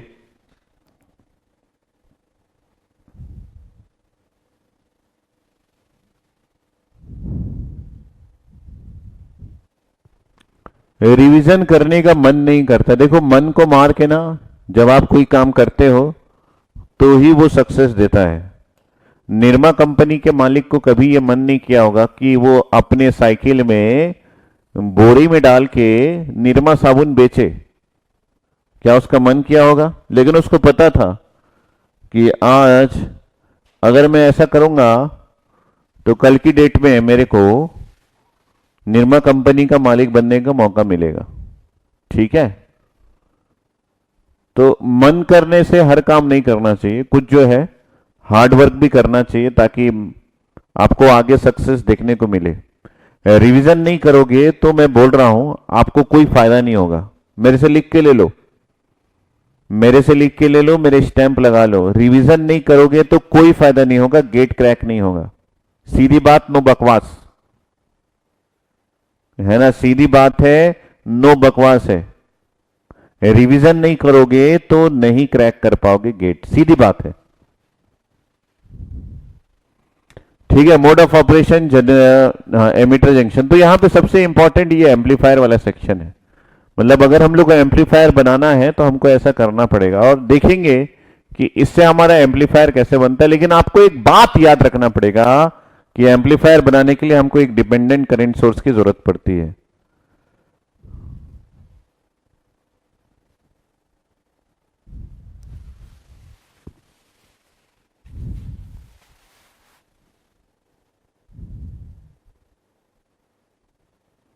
हाँ, डायरेक्ट इनडायरेक्ट बैंड गैप तो पढ़ेंगे ना, बहुत इजी है यार। उसको लेके हवा मचा हुआ है 2 साल से, मैं उसको पहले भी पढ़ाता था, है ना? डायरेक्ट इनडायरेक्ट बैंड गैप को लेके मतलब मजाक बना दिए हैं, वो कुछ भी नहीं है, वो मजाक है। 10 मिनट की बात है। ठीक है? तो ठीक है, ये मैंने मोड ऑफ ऑपरेशन बता दिया। तो आप सभी पॉइंट्स को ध्यान दीजिएगा कि मैंने क्या क्या बोला है। तो एक बार रिवाइज कर लेते हैं जो जो बोला है। हमारे पास टाइप्स तो है एनपीएन और पीएनपी। 3 कॉन्फ़िगरेशन में वर्क करता है, common base, common emitter, common collector. Symbol जो है वो 2 तरीके का है। और उसके बाद हमको ये पता है कि हम लोग जब उसका कंस्ट्रक्ट करेंगे तो किस टाइप का कंस्ट्रक्शन होना चाहिए, और एरिया से हमारा मतलब क्या है, ये सभी हम लोगों ने देखा है। एम्पलीफायर बनाने के लिए यूज किया जाता है, एसी डीसी दोनों लगाया जाता है। तो ये सारा बात जो है वो मैं डीसी के लिए कर रहा हूं। किसके लिए कर रहे हैं? डीसी। तो ये सभी जो है वो डीसी के लिए कर रहा हूं, एसी में कुछ नहीं है, एसी में कुछ करना ही नहीं रहता है। ठीक है? तो यहां पे सबसे इंपॉर्टेंट पार्ट जो है एम्पलीफायर, उसके बारे में हम लोग सोचते हैं और एम्पलीफायर को डिजाइन करते फटाफट। तो यहां पे एक एम्पलीफायर बनाने के लिए हमको जो बायसिंग की जरूरत पड़ेगी वो बायसिंग हम लोग कर लेते हैं और उसको हम लोग फटाफट से समझ लेते हैं। तो इसके लिए मैं एक एनपीएन टाइप का ट्रांजिस्टर ले लेता हूं, क्योंकि आपको इलेक्ट्रॉन्स ज्यादा दिखता है, तो एक एनपीएन टाइप का ट्रांजिस्टर ले लेता हूं। ठीक है? अब ध्यान देना जो जो मैं चीज यहां पे करने वाला हूं। ठीक है? एकदम जल्दी से समझ में आ जाएगा, बिल्कुल आप स्ट्रेस मत लेना। जो भी मैं बोलूंगा आपको जल्दी समझ में आएगा, क्योंकि आपने मुझसे डायोड जो है वो समझ लिया है, डायोड डायोड पढ़ लिया है। तो ये है आपका एमीटर जंक्शन और ये है आपका कलेक्टर जंक्शन, और मैं इस दोनों टर्मिनल को पोटेंशियल लगा रहा हूं। यहां से मैंने एक पोटेंशियल लगाया और जो है वो इसको इधर खींचा, और यहां से ये मैंने एक वोल्टेज सोर्स लगा दिया, और ये पॉइंट को मैंने ग्राउंड कर दिया। ठीक है? और यहां से मैंने एक और लिया और इस टर्मिनल से कनेक्ट किया, और यहां पे एक बैटरी सोर्स कनेक्ट कर दिया, और ये हो गया आपका नेगेटिव और ये हो गया पॉजिटिव। ऐसा, सॉरी, ये हो गया हमारा पॉजिटिव और ये हो गया नेगेटिव, ऐसा। ठीक है? तो मैंने यहां पे 2 सोर्स लगाए हैं। इसको थोड़ा सा चेंज करते हैं पोटेंशियल को। तो यहां पे मुझे एक टर्मिनल लेना है, ये हो गया नेगेटिव, ये हो गया पॉजिटिव, ये ऐसा। तो एक पोटेंशियल मैंने एमीटर जंक्शन के लिए लगाया। एमीटर जंक्शन में किस तरीके की बायसिंग होगी उसके लिए मैंने यहाँ पे एक पोटेंशियल लगाया। तो मैं इस रीजन को ले लेता हूं कि ये मेरा एन रीजन है और ये पी है और ये एन है, फटाफट से समझना। और यहां पे मैंने एक नेगेटिव वोल्टेज या पॉजिटिव वोल्टेज लगाया। ठीक है? और ये मेरा एमीटर टू बेस पोटेंशियल है, एमीटर से बेस के बीच में एक पोटेंशियल लगाया, ठीक है, एमीटर से बेस के बीच में एक पोटेंशियल लगाया, और यहां पे मैंने एक पोटेंशियल लगाया जो कि कलेक्टर से बेस के बीच में है। अगर मैं यहां पे जैसा भी लिखूं उसके अकॉर्डिंग आप कर लेना। अगर मैं VEB लिखता हूं तो आपको ये जानने में बड़ी खुशी होगी कि इसका मतलब है एमीटर माइनस बेस का पोटेंशियल। अगर मैं यहां पे VCB लिखता हूं तो इसका मतलब है कलेक्टर माइनस बेस का पोटेंशियल, ठीक है। तो अगर ये एक एनपीएन है तो आप देखिए एमीटर का जो पोटेंशियल वैल्यू है, देखिए नेगेटिव है मतलब लेस है, और बेस का ऊपर है, इसका मतलब है ये वैल्यू एक नेगेटिव पोटेंशियल है, ठीक है। और अगर मैं ऐसा लगा रहा हूं तो इसका मतलब है कि आपका कलेक्टर का पोटेंशियल जो है वो ज्यादा है और बेस का पोटेंशियल कम है। इसका मतलब है कि ये एक पॉजिटिव पोटेंशियल है। जब सब्सट्रैक्ट करेंगे तब की बात कर रहा हूं मैं, ठीक है। तो आप देखिए ये एन टर्मिनल जो है ये एक पॉजिटिव पोटेंशियल से कनेक्टेड है। इसका मतलब है कि ये एन पॉजिटिव से कनेक्टेड है और पी नेगेटिव से कनेक्टेड है। इसका मतलब है ये दोनों को अगर मैं एक डायोड की तरह ट्रीट करूं, ये दोनों को मैं अगर एक डायोड की तरह ट्रीट करूं तो ये डायोड जो है वो रिवर्स बायस हो गया। इसका मतलब है कलेक्टर जंक्शन जो है वो रिवर्स बायस हो गया। समझ में आ रहा है ना? उसी प्रकार अगर मैं एमीटर जंक्शन की बात करूं तो यहां पे एन है और पी है, मैंने एन को नेगेटिव से कनेक्ट किया और पी को पॉजिटिव से कनेक्ट किया, तो इसका मतलब क्या है कि सर आपने इसको फॉरवर्ड बायस कर दिया। तो एमीटर जंक्शन को फॉरवर्ड बायस और कलेक्टर जंक्शन को रिवर्स बायस करने से आपको क्या मिलता है? सर हमको मिलता है एम्पलीफायर। एमीटर जंक्शन को फॉरवर्ड बायस और कलेक्टर जंक्शन को रिवर्स बायस करने से क्या मिलता है? Sir amplifier.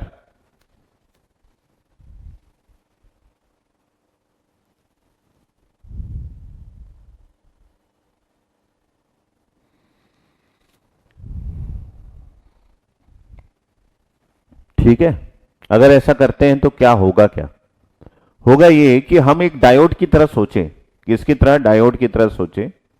तो हमको ये पता है कि अगर हम एक डायोड को फॉरवर्ड बायस करते हैं, जैसे ये दोनों रीजन एक डायोड की तरह है जिसको आप फॉरवर्ड बायस करके रखे हो, तो डायोड को फॉरवर्ड का बायस करने से यहां की मेजॉरिटी चार्ज कैरियर्स है वो इस रीजन में डिफ्यूज हो जाती है, सिंपल। और जंक्शन का जो डिप्लीशन रीजन का विड्थ है वो बहुत कम हो जाता है, नेग्लिजिबल। इसका मतलब है इस फॉरवर्ड बायस करने से पहले यहां पे आपको एक बिल्ट इन पोटेंशियल होगा। अगर किसी को यह बात क्लियर नहीं है तो वो डायोड नहीं समझ पाया है। क्या बोल रहा हूं मैं कि इस बायसिंग करने से पहले यहां पे हमारे पास एक बिल्ट इन पोटेंशियल होगा, नहीं होगा? होगा। और आप यहां पे जो वोल्टेज लगाएंगे उस पोटेंशियल की वैल्यू को क्रॉस करने के लिए लगाएंगे, ताकि वो पोटेंशियल की जो एनर्जी है वो आपके इलेक्ट्रॉन्स को क्रॉस होने से ना रुक पाए। तो इसका मतलब है ये जो बिल्ट इन पोटेंशियल है इसकी वजह से हमारे पास एक इलेक्ट्रिक फील्ड है, और ये इलेक्ट्रिक फील्ड का डायरेक्शन ऐसा है, ऐसा, जिसकी वजह से इलेक्ट्रॉन्स जो है वो इसके ऑपोजिट डायरेक्शन में जा रहे हैं। इलेक्ट्रॉन्स इस पार नहीं जा पा रहा है, वो इस पार फंस गया है। अब क्या किया आपने? एक नेगेटिव पोटेंशियल लगा दिया। नेगेटिव पोटेंशियल की कहानी क्या है? सर कहानी इसकी तो ऐसी है कि यहां पे आपको एक इलेक्ट्रॉन मिलेगा, है ना। कहानी तो इसकी ऐसी है कि यहां पे एक इलेक्ट्रॉन, कहां गया यार, कहानी तो इसकी ऐसी है कि यहां पे आपको एक इलेक्ट्रॉन मिलेगा और इस इलेक्ट्रॉन को पॉजिटिव के पास जाना है। अगर इस इलेक्ट्रॉन को पॉजिटिव के पास जाना है तो ये इलेक्ट्रॉन इसके अंदर गया, यहां पे ये मेजॉरिटी था, तो ये इलेक्ट्रॉन यहां तक ड्रिफ्ट हुआ, उसके बाद यहां पे डिफ्यूज हो गया, डिफ्यूज होकर रिकम्बाइन हो गया, डिफ्यूज होकर रिकम्बाइन हो गया, और रिकम्बाइन होकर बॉन्डेड बन गया, और यहां से ये इलेक्ट्रॉन वापस आ गया पॉजिटिव के पास। बस कहानी वही जो आपने डायोड पढ़ा। अगर आपको डायोड क्लियर है तो यहां पे ना कोई दिक्कत नहीं आती। अगर आपको डायोड का फंक्शन क्लियर नहीं है तो जिंदगी बीत जाएगी। आपको इसको समझने में। ठीक है, तो हमने यहां पे एक वोल्टेज लगाया और वो ये जो वोल्टेज है यही आपके एक डायोड के जो कांटेक्ट पोटेंशियल का जो इंटरनल वोल्टेज है उससे ज्यादा आपको लगाना पड़ेगा ताकि इलेक्ट्रॉन्स जो है वो इस बैरियर को लांग के इस पर आ सके। लेकिन इधर जो है ना काफी सारे होल बैठे हुए हैं। कौन बैठे हैं सर? यहां पे काफी सारे होल बैठे हैं। रियली काफी सारे हैं क्या? मैंने पूछा क्या रियली में यहां काफी सारे हैं? तो आप थोड़ा सोच में पड़ गए। नहीं सर काफी सारे नहीं है। क्यों नहीं है सर? यहां पे बहुत सारे होल्स नहीं है। क्यों नहीं है? क्योंकि आपने यहां पे बोला कि आपने डोपिंग जो है वहां की कम करके रखी हुई है। बेस रीजन की डोपिंग देखिए लाइटली है।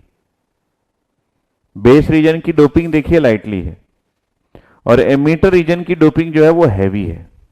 अगर एमीटर रीजन की डोपिंग हैवी है तो यहां पे काफी सारे इलेक्ट्रॉन्स है। ये भरे पड़े इलेक्ट्रॉन्स भरे पड़े हैं ऐसे। ये इलेक्ट्रॉन्स है ऐसे तो है ये इलेक्ट्रॉन्स। यहां पे एटम्स भी है आयोन्स भी है लेकिन मैं उसको नहीं बना रहा हूं। ठीक है, और अगर होल्स की बात करें तो होल्स काफी कम कीमत में यहां पे बैठे हैं। काफी कम संख्या में यहां बैठे हैं। ये बहुत कम है देखो ऐसा।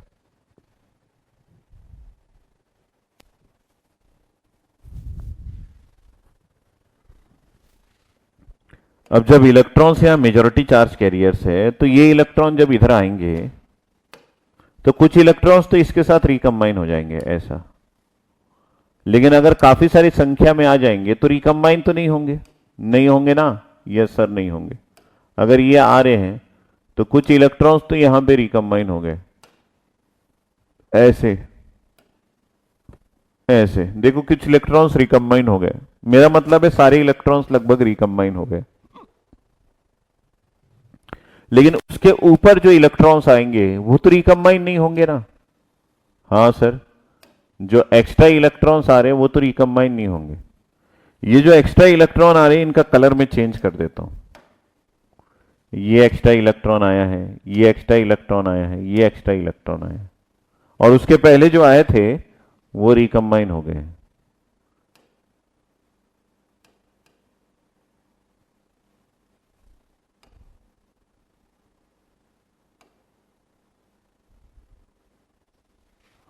तो ऐसे काफी सारे एक्स्ट्रा इलेक्ट्रॉन्स यहां बैठे हुए हैं।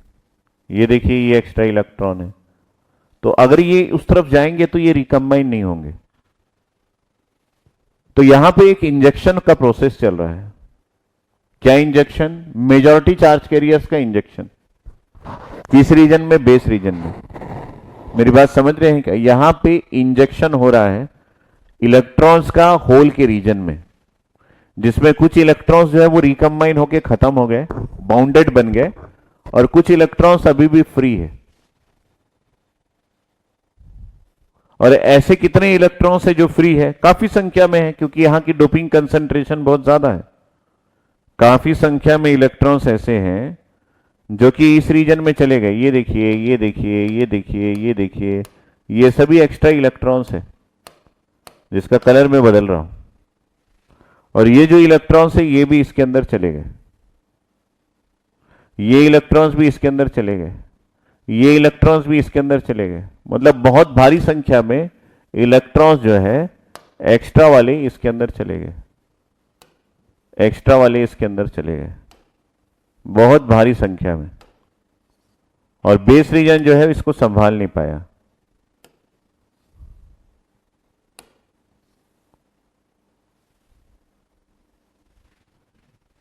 मेरी बात समझ पाए?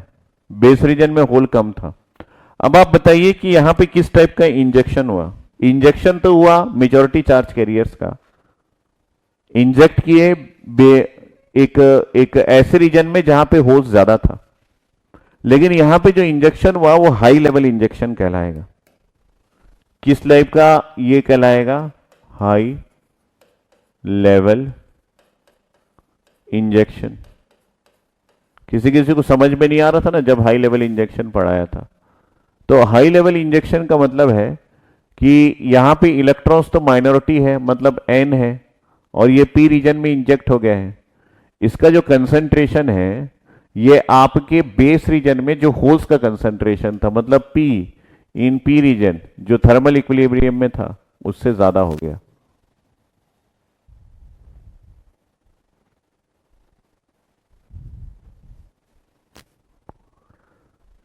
ठीक है, तो इलेक्ट्रॉन्स जो यहां पे इंजेक्ट हुए हैं वो आपके पहले से जो होल्स अवेलेबल थे उससे ज्यादा हो गया, पिंक कलर से ज्यादा भर गया, और ये येलो कलर वाले जो इलेक्ट्रॉन्स थे वो पहले से थे।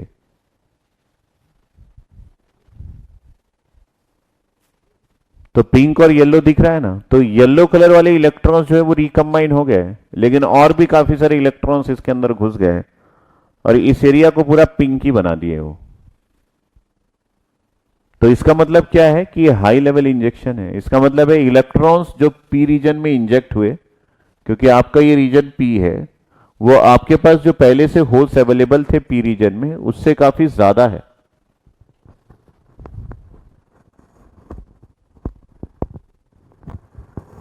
नितिन को क्लियर है, अमय खोपरा गड़े को क्लियर है, और नवराज यादव को क्लियर है। बाकी सब लोग सो गए क्या?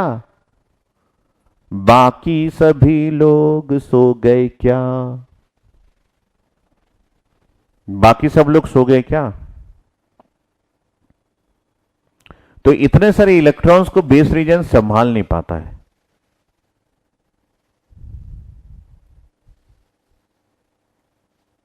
अब क्या है, ये एरिया को रिवर्स बायस कर दिया आप। ध्यान से सुनना आगे की कहानी।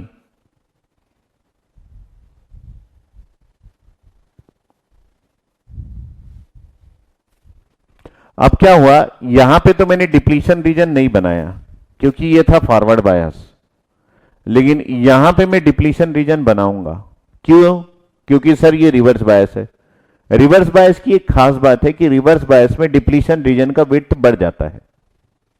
तो सर बनाइए इस जगह पे डिप्लीशन रीजन। तो मैं थोड़ा सा इसको इधर खसकाया ताकि डिप्लीशन रीजन बनाने के लिए जगह भी तो रहे, जगह भी तो रहे। तो इसको खसकाने के बाद मैंने बोला कि क्यों ना भाई यहां पे एक डिप्लीशन रीजन बना दिया जाए। ऐसे करके मैं एक डिप्लीशन रीजन बना दिया।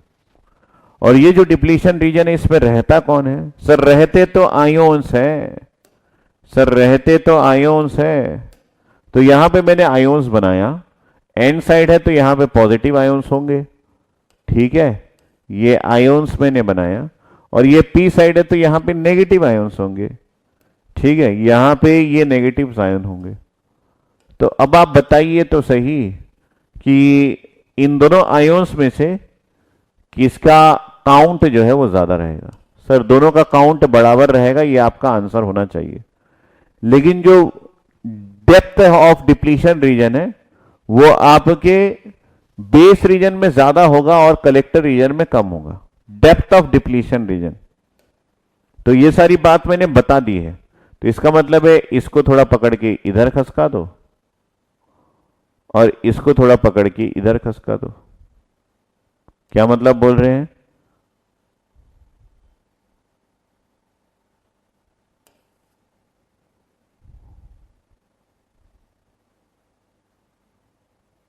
देखिए, मैं यही बात बोलने की कोशिश कर रहा था कि डिप्लीशन रीजन का डेप्थ जो है वो बेस रीजन में ज्यादा होगा क्योंकि बेस लाइटली डोप्ड है, और कलेक्टर रीजन में इस डिप्लीशन रीजन का डेप्थ थोड़ा सा कम होगा। विजुलाइज कराने में थोड़ा सा समय लगता है।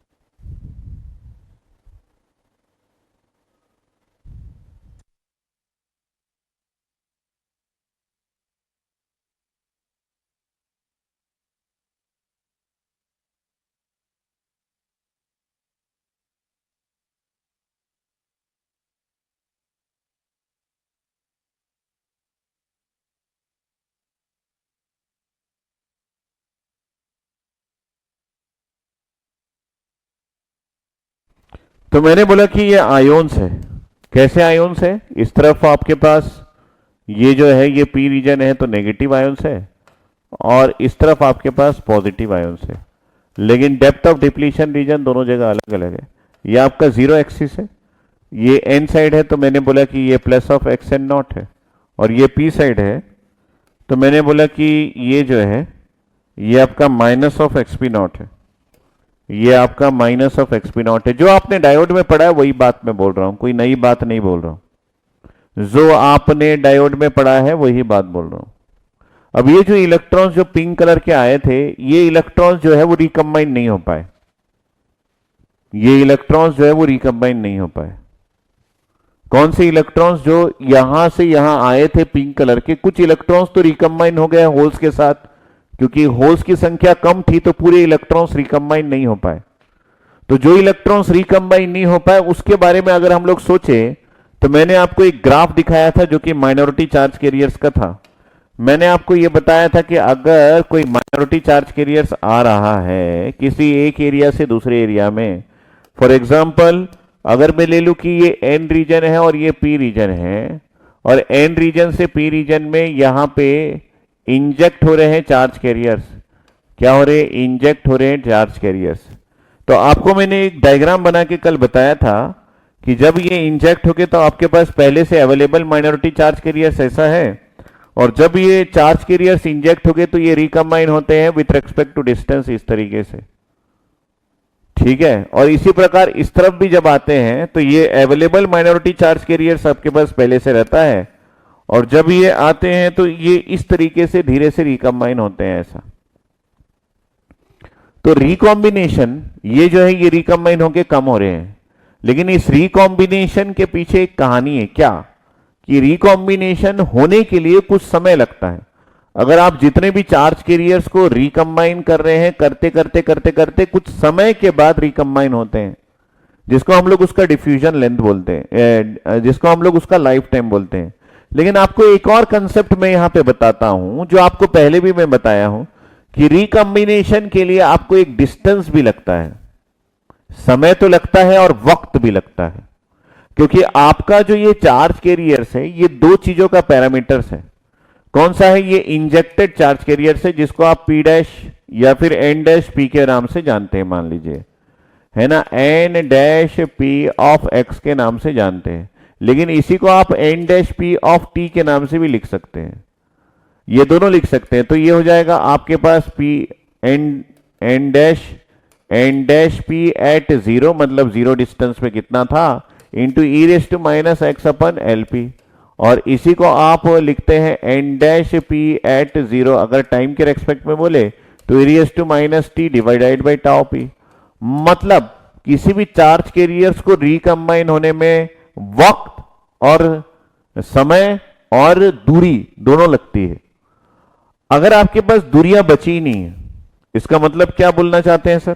मैं ये काम कर रहा हूं कि मैं दूरी को छोड़ो ही ना, यहां से इस डिवाइस को काट दूं, मतलब उसको रिकम्बाइन होने के लिए जितनी दूरियां लगती है उतनी दूरियां उसको जाने ही ना दूं, और इस एरिया को मैं छोटा कर दूं या फिर इस साइज को मैं छोटा कर दूं, तो इसका मतलब है कि ये जो इलेक्ट्रॉन्स पिंक कलर के आ रहे थे, ये जो इलेक्ट्रॉन्स पिंक कलर के भागे भागे आ रहे थे इस एरिया से, ये जो आ रहे थे, ये पिंक कलर के इलेक्ट्रॉन्स थे ना, ये आ रहे थे, तो ये रिकम्बाइन नहीं हो पाए, ये इस एरिया में घुस गए, क्योंकि रिकम्बाइन होने के लिए आपको डिस्टेंस लगता है। तो बस यही बात बोल रहा हूं कि यहां पे भी यही बात एप्लीकेबल है। ये जो पिंक कलर के इलेक्ट्रॉन्स थे ये बेचारे इस एरिया में रिकम्बाइन नहीं हो पाए, क्योंकि इसका डिस्टेंस बहुत कम है। अगर इसका डिस्टेंस बड़ा होता तो ये रिकम्बाइन हो जाते। अब ये रिकम्बाइन नहीं हो पाए तो ये चलते चलते कहां चले गए? इस एरिया में घुस गए। ये चलते चलते कहां घुस गए? इस एरिया में घुस गए। ये चलते चलते कहां घुस गए? इस एरिया में घुस गए। ये चलते चलते कहां घुस गए? इस एरिया में घुस गए। तो आपको पता है कि अगर कोई minority charge carriers electric field के वेसिनिटी में घुस जाता है, जैसे कि ये पी रीजन है ये, और इलेक्ट्रॉन्स इस रीजन में माइनॉरिटी है, अगर वो इलेक्ट्रिक फील्ड के वेसिनिटी में घुस जाता है, यहां पे फॉरवर्ड बायस का प्रिंसिपल लग गया, यहां पे रिवर्स बायस ऑफ डायोड का प्रिंसिपल लग रहा है, लेकिन इस पी रीजन में माइनॉरिटी बहुत सारे हैं। अगर ये घुस गए तो ये स्वीप हो जाएंगे, कटाक से इधर आ जाएंगे, ये घुस गए तो ये स्वीप हो जाएंगे, कटाक से इधर आ जाएंगे, ये घुस गए तो ये स्वीप हो जाएंगे, कटाक से इधर आ जाएंगे, ये घुस गए तो ये स्वीप हो जाएंगे, कटाक से इधर आ जाए। ये कौन है? ये यहां के इलेक्ट्रॉन्स है जो कि इस एरिया में घुस गए थे। इसका डिस्टेंस कम होने की वजह से ये रिकम्बाइन नहीं हो पाए, और रिकम्बाइन नहीं हो पाए तो इलेक्ट्रिक फील्ड के वेसिनिटी में आ गए, और वेसिनिटी में इलेक्ट्रिक फील्ड का बहुत जोर था। तो जिस डायरेक्शन में आपका इलेक्ट्रिक फील्ड है, बस इतना सा बात अगर आप समझ गए मेरी जुबानी, इस डायरेक्शन में आपका इलेक्ट्रिक फील्ड है, इलेक्ट्रॉन इस एरिया में घुस गए, क्योंकि इलेक्ट्रॉन्स हमेशा इलेक्ट्रिक फील्ड के ऑपोजिट डायरेक्शन में जाते हैं। अब बस क्या है, अगर इलेक्ट्रॉन यहां पे घुस गए तो इनका प्यार तो यहां बैठा हुआ है, कौन? ये पॉजिटिव। ये पॉजिटिव इनको बुलाया आजा, तो ये बाहर निकल के इधर आ गए। ये पॉजिटिव मेरे को बुलाया आजा, तो ये बाहर निकल के इधर आ गए। ये पॉजिटिव इनको बुलाया आजा, ये बाहर निकल के आ गए और यहां आ गए, क्योंकि इनको तो जाना यही था एक्चुअली में।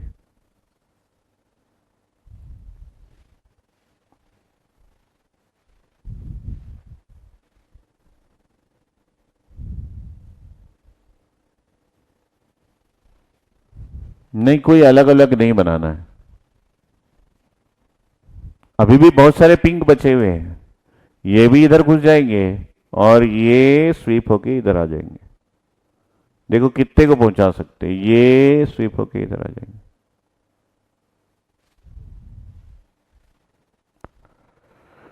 तो देखिए ये जो इलेक्ट्रॉन्स यहां जमा हो रहे हैं, एक्चुअली उसको सप्लाई इस वाले ने किया था। जो इलेक्ट्रॉन्स यहां पे जमा हो रहे हैं, एक्चुअली उसको सप्लाई इसने किया था। यहां के ही पिंक कलर के इलेक्ट्रॉन्स है जो अल्टीमेटली उधर से निकल गए बाहर। मेरी बात समझ पा रहे हैं? तो यहां के ही इलेक्ट्रॉन्स है जो कि अल्टीमेटली उधर से बाहर निकल गए।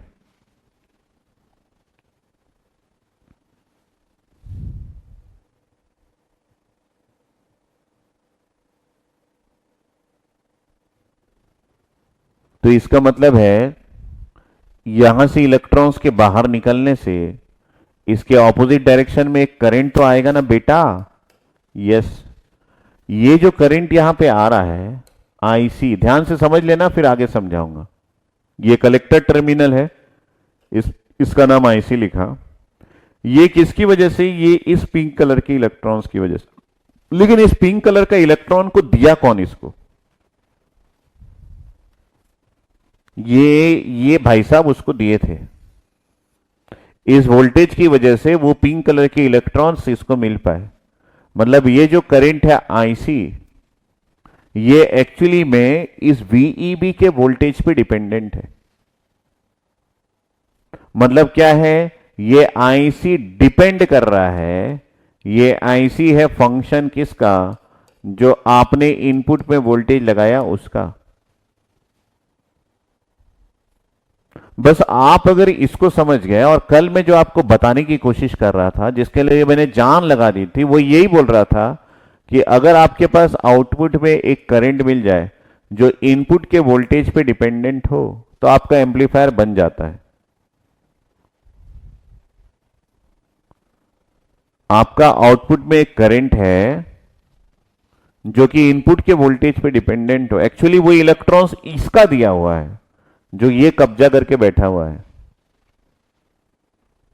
तो ये तो है आपका इनपुट, वो है आउटपुट। और टू पोर्ट नेटवर्क में ये जो एमीटर है और ये कॉमन बेस है, ये एक पोर्ट बनाता है, और ये कलेक्टर है और ये कॉमन बेस है, ये दूसरा पोर्ट बनाता है।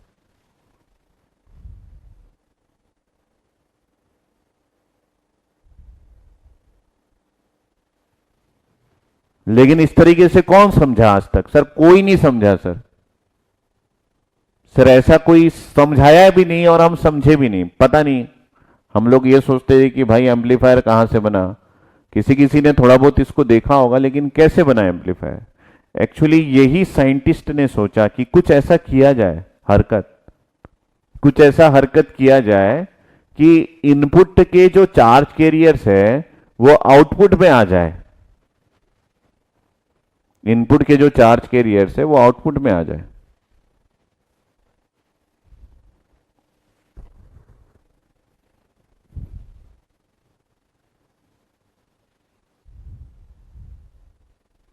अब कोई यहां पे बोल रहा है कि बट आईसी तो वीसीबी पे भी डिपेंड है। तो ठीक है, अगर किसी को यहां पे लग रहा है, किसी सज्जन पुरुष को यहां पे लग रहा है कि आईसी जो है वो वीसीबी पे डिपेंड है, तो उस सज्जन पुरुष के लिए मैं ये करता हूं, बट सर आईसी तो ऋषिन रॉय, डॉक्टर ऋषिन रॉय को ये लग रहा है, तो उस भाई साहब के लिए मैं ये करता हूं कि ठीक है, अगर आपको ऐसा लग रहा है कि इस आईसी को लाने के पीछे इस वीसीबी है, तो मैं हटा देता हूं ना। आपको नहीं लग रहा है ना कि वीबी ने कुछ किया है। अगर आपको ये लग रहा है कि इसने कुछ किया है, मतलब जिसने आपकी जिंदगी बनाई है आपने उसी पे ही इल्जाम लगा दिया, तो ठीक है, मैं ये बोलता हूं कि अगर आपको लग रहा है कि आईसी जो है वो वीसीबी पे डिपेंड है, तो वीबी को हटा देते हैं ना, चलो हटा देते हैं। अगर वीईबी को हटा दिए तो ये जो पिंक कलर के इलेक्ट्रॉन्स आए थे ना, इन्होंने बोला कि भाई अब मैं इधर जाऊंगा ही नहीं, क्योंकि मेरे ऊपर वोल्टेज ही नहीं लगा है, मैं जाऊंगा ही नहीं, मैं जाऊंगा ही नहीं। देखो सब रिवर्स कर दे रहा हूं मैं। किसी भाई साहब को अगर ऐसा लगेगा तो उसके लिए भी हम लोग सोचेंगे कि ये पिंक कलर के इलेक्ट्रॉन्स जो गए थे ये सब वापस अपनी जगह पे आ गए। तू भी आ जा बेटा, ये भी आ गया। यहां पे बहुत सारे इलेक्ट्रॉन्स आए थे, सब वापस अपने घर लौट आए, क्योंकि वीईबी पे इल्जाम लगाया कि तूने कुछ किया ही नहीं, तो ये बोले कि भाई हम जा रहे हैं। फिर ये सब वापस आ गए। देखो कितने सारे गए थे, एक एक करके पलटा दिया सबको। यहां पे भी कोई इलेक्ट्रॉन नहीं, ये पीले वाले भी बोले कि भाई हम भी नहीं जाएंगे, जाओ, क्योंकि बोला गया हमारे ऊपर इल्जाम है कि वीसीबी ने सब किया है। तो चलो भैया, वीसीबी क्या क्या करता है वो देखते हैं। ये सब आ गए, ये वापस आ गए, ये भी वापस आ गए, और ये भी वापस आ गए। डॉक्टर रॉय ने मुझे बोला ऐसा। तो वीसीबी की वजह से अब क्या होता है देखते हैं। वीसीबी बोला कि अब भाई मैं तो रिवर्स बायस करके रखा हूं, जो अवेलेबल माइनॉरिटी चार्ज कैरियर से बस उसी को मैं मूव करवा पाऊंगा।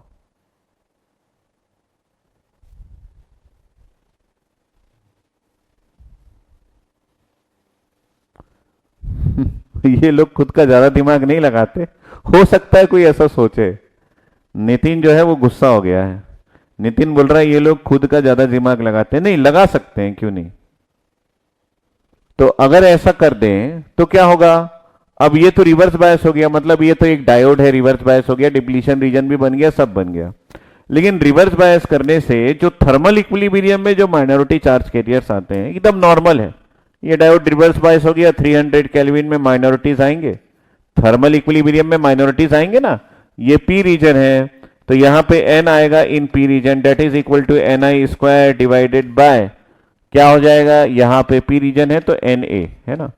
इसकी वजह से कुछ माइनॉरिटीज यहां पे आएंगे। कितने ही आएंगे सर, टेम्परेचर की वजह से आ रहे हैं तो थोड़े मोड़े आएंगे सर। क्या आप भी ना किसी की बात सुनते हो? नहीं, उसको हम दिखाएंगे तो सही कम से कम। तो यहां पे कुछ ग्रीन कलर के जो थर्मल इक्विलिब्रियम में माइनॉरिटीज आ गए। अब इसी माइनॉरिटीज को इसके वेसिनिटी में लेके गए। अच्छा, इसी माइनॉरिटीज को इसके वेसिनिटी में किसी तरह पहुंच गया और ये इधर आ गया। कितने ही होंगे, ये आ गया, दो ठो आ गए। अब ये दो ठुक जो है ये यहां से इधर आ गए और ये यहां से इधर आ गए। तो ये करंट भी बोला कि भाई मैं अब ज्यादा करंट नहीं दे पाऊंगा, रिवर्स सैचुरेशन करंट दे सकता हूं, थोड़ी मिडू in the order of nano ampere. तो ये जो वैल्यू है ये बोला कि भाई मेरे को हटा दो, क्योंकि वी भी हटा दिया गया है। तो ये बोला कि भाई मैं रिवर्स सैचुरेशन करंट दे देता हूं, थोड़े मोड़े इलेक्ट्रॉन्स, आई नॉट की वैल्यू दे दिया और ये इन the order of nano ampere हो गया।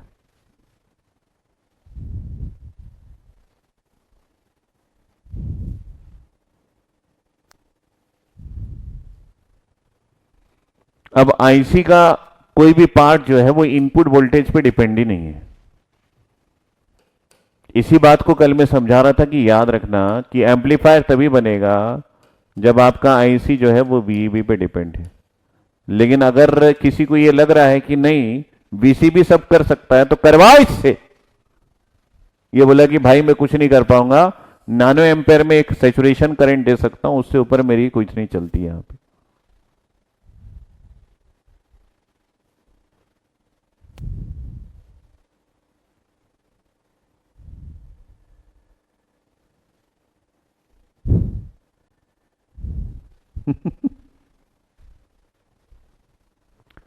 कुछ स्टूडेंट नाराज हो गए। नहीं, वो उसका क्वेश्चन सही था, उसको दिखाना जरूरी था।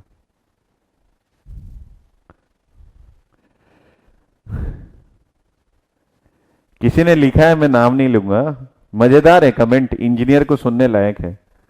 सिर्फ आपके नहीं, सबके लेक्चर में कुछ चमन डाउट पूछते रहते हैं।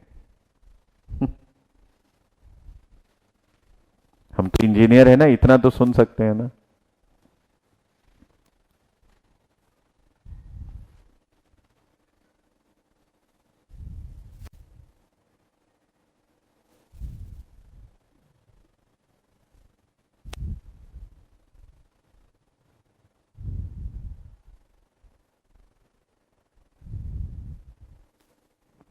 यही है यार, बीजेटी बस इतना ही है, इसी के पीछे दुनिया पागल है। एक्चुअली मैं कुछ बोलना नहीं चाहता, बीजेटी बस इतना ही है, कोई इस बात को समझ ही नहीं पाया। अब डॉक्टर राय ने एक बात और पूछा कि मैं ये बोल रहा हूं, डॉक्टर राय ने अपने एक्सप्लेनेशन दिया कि मैं ये बोल रहा हूं कि सर वीईबी लगा दो और उसके बाद वीसीबी भी लगा दो। तो वीसीबी के लगाने से वीईबी के ऊपर वीईबी लगा दो और वीसीबी भी लगा दो, तो ये वीसीबी के लगाने से भी तो चार्ज कैरियर्स करंट का मैग्नीट्यूड बढ़ सकता है। तो मैं डॉक्टर राय को फिर से याद दिलाता हूं कि भाई रिवर्स सैचुरेशन करंट है ना, यहां पे जो करंट मिलेगा वो फिर से वीसीबी क्या करता है उसके बारे में मैं बता रहा हूं। वीसीबी कुछ नहीं करता है, क्योंकि वीसीबी से सिर्फ आपको यहां पे रिवर्स सैचुरेशन करंट मिलेगा। और आपको मैंने एक बात बड़े प्यार से बताया था, अगर आप पूरी बात सुनते हैं तो रिवर्स सैचुरेशन करंट जो है वो इंडिपेंडेंट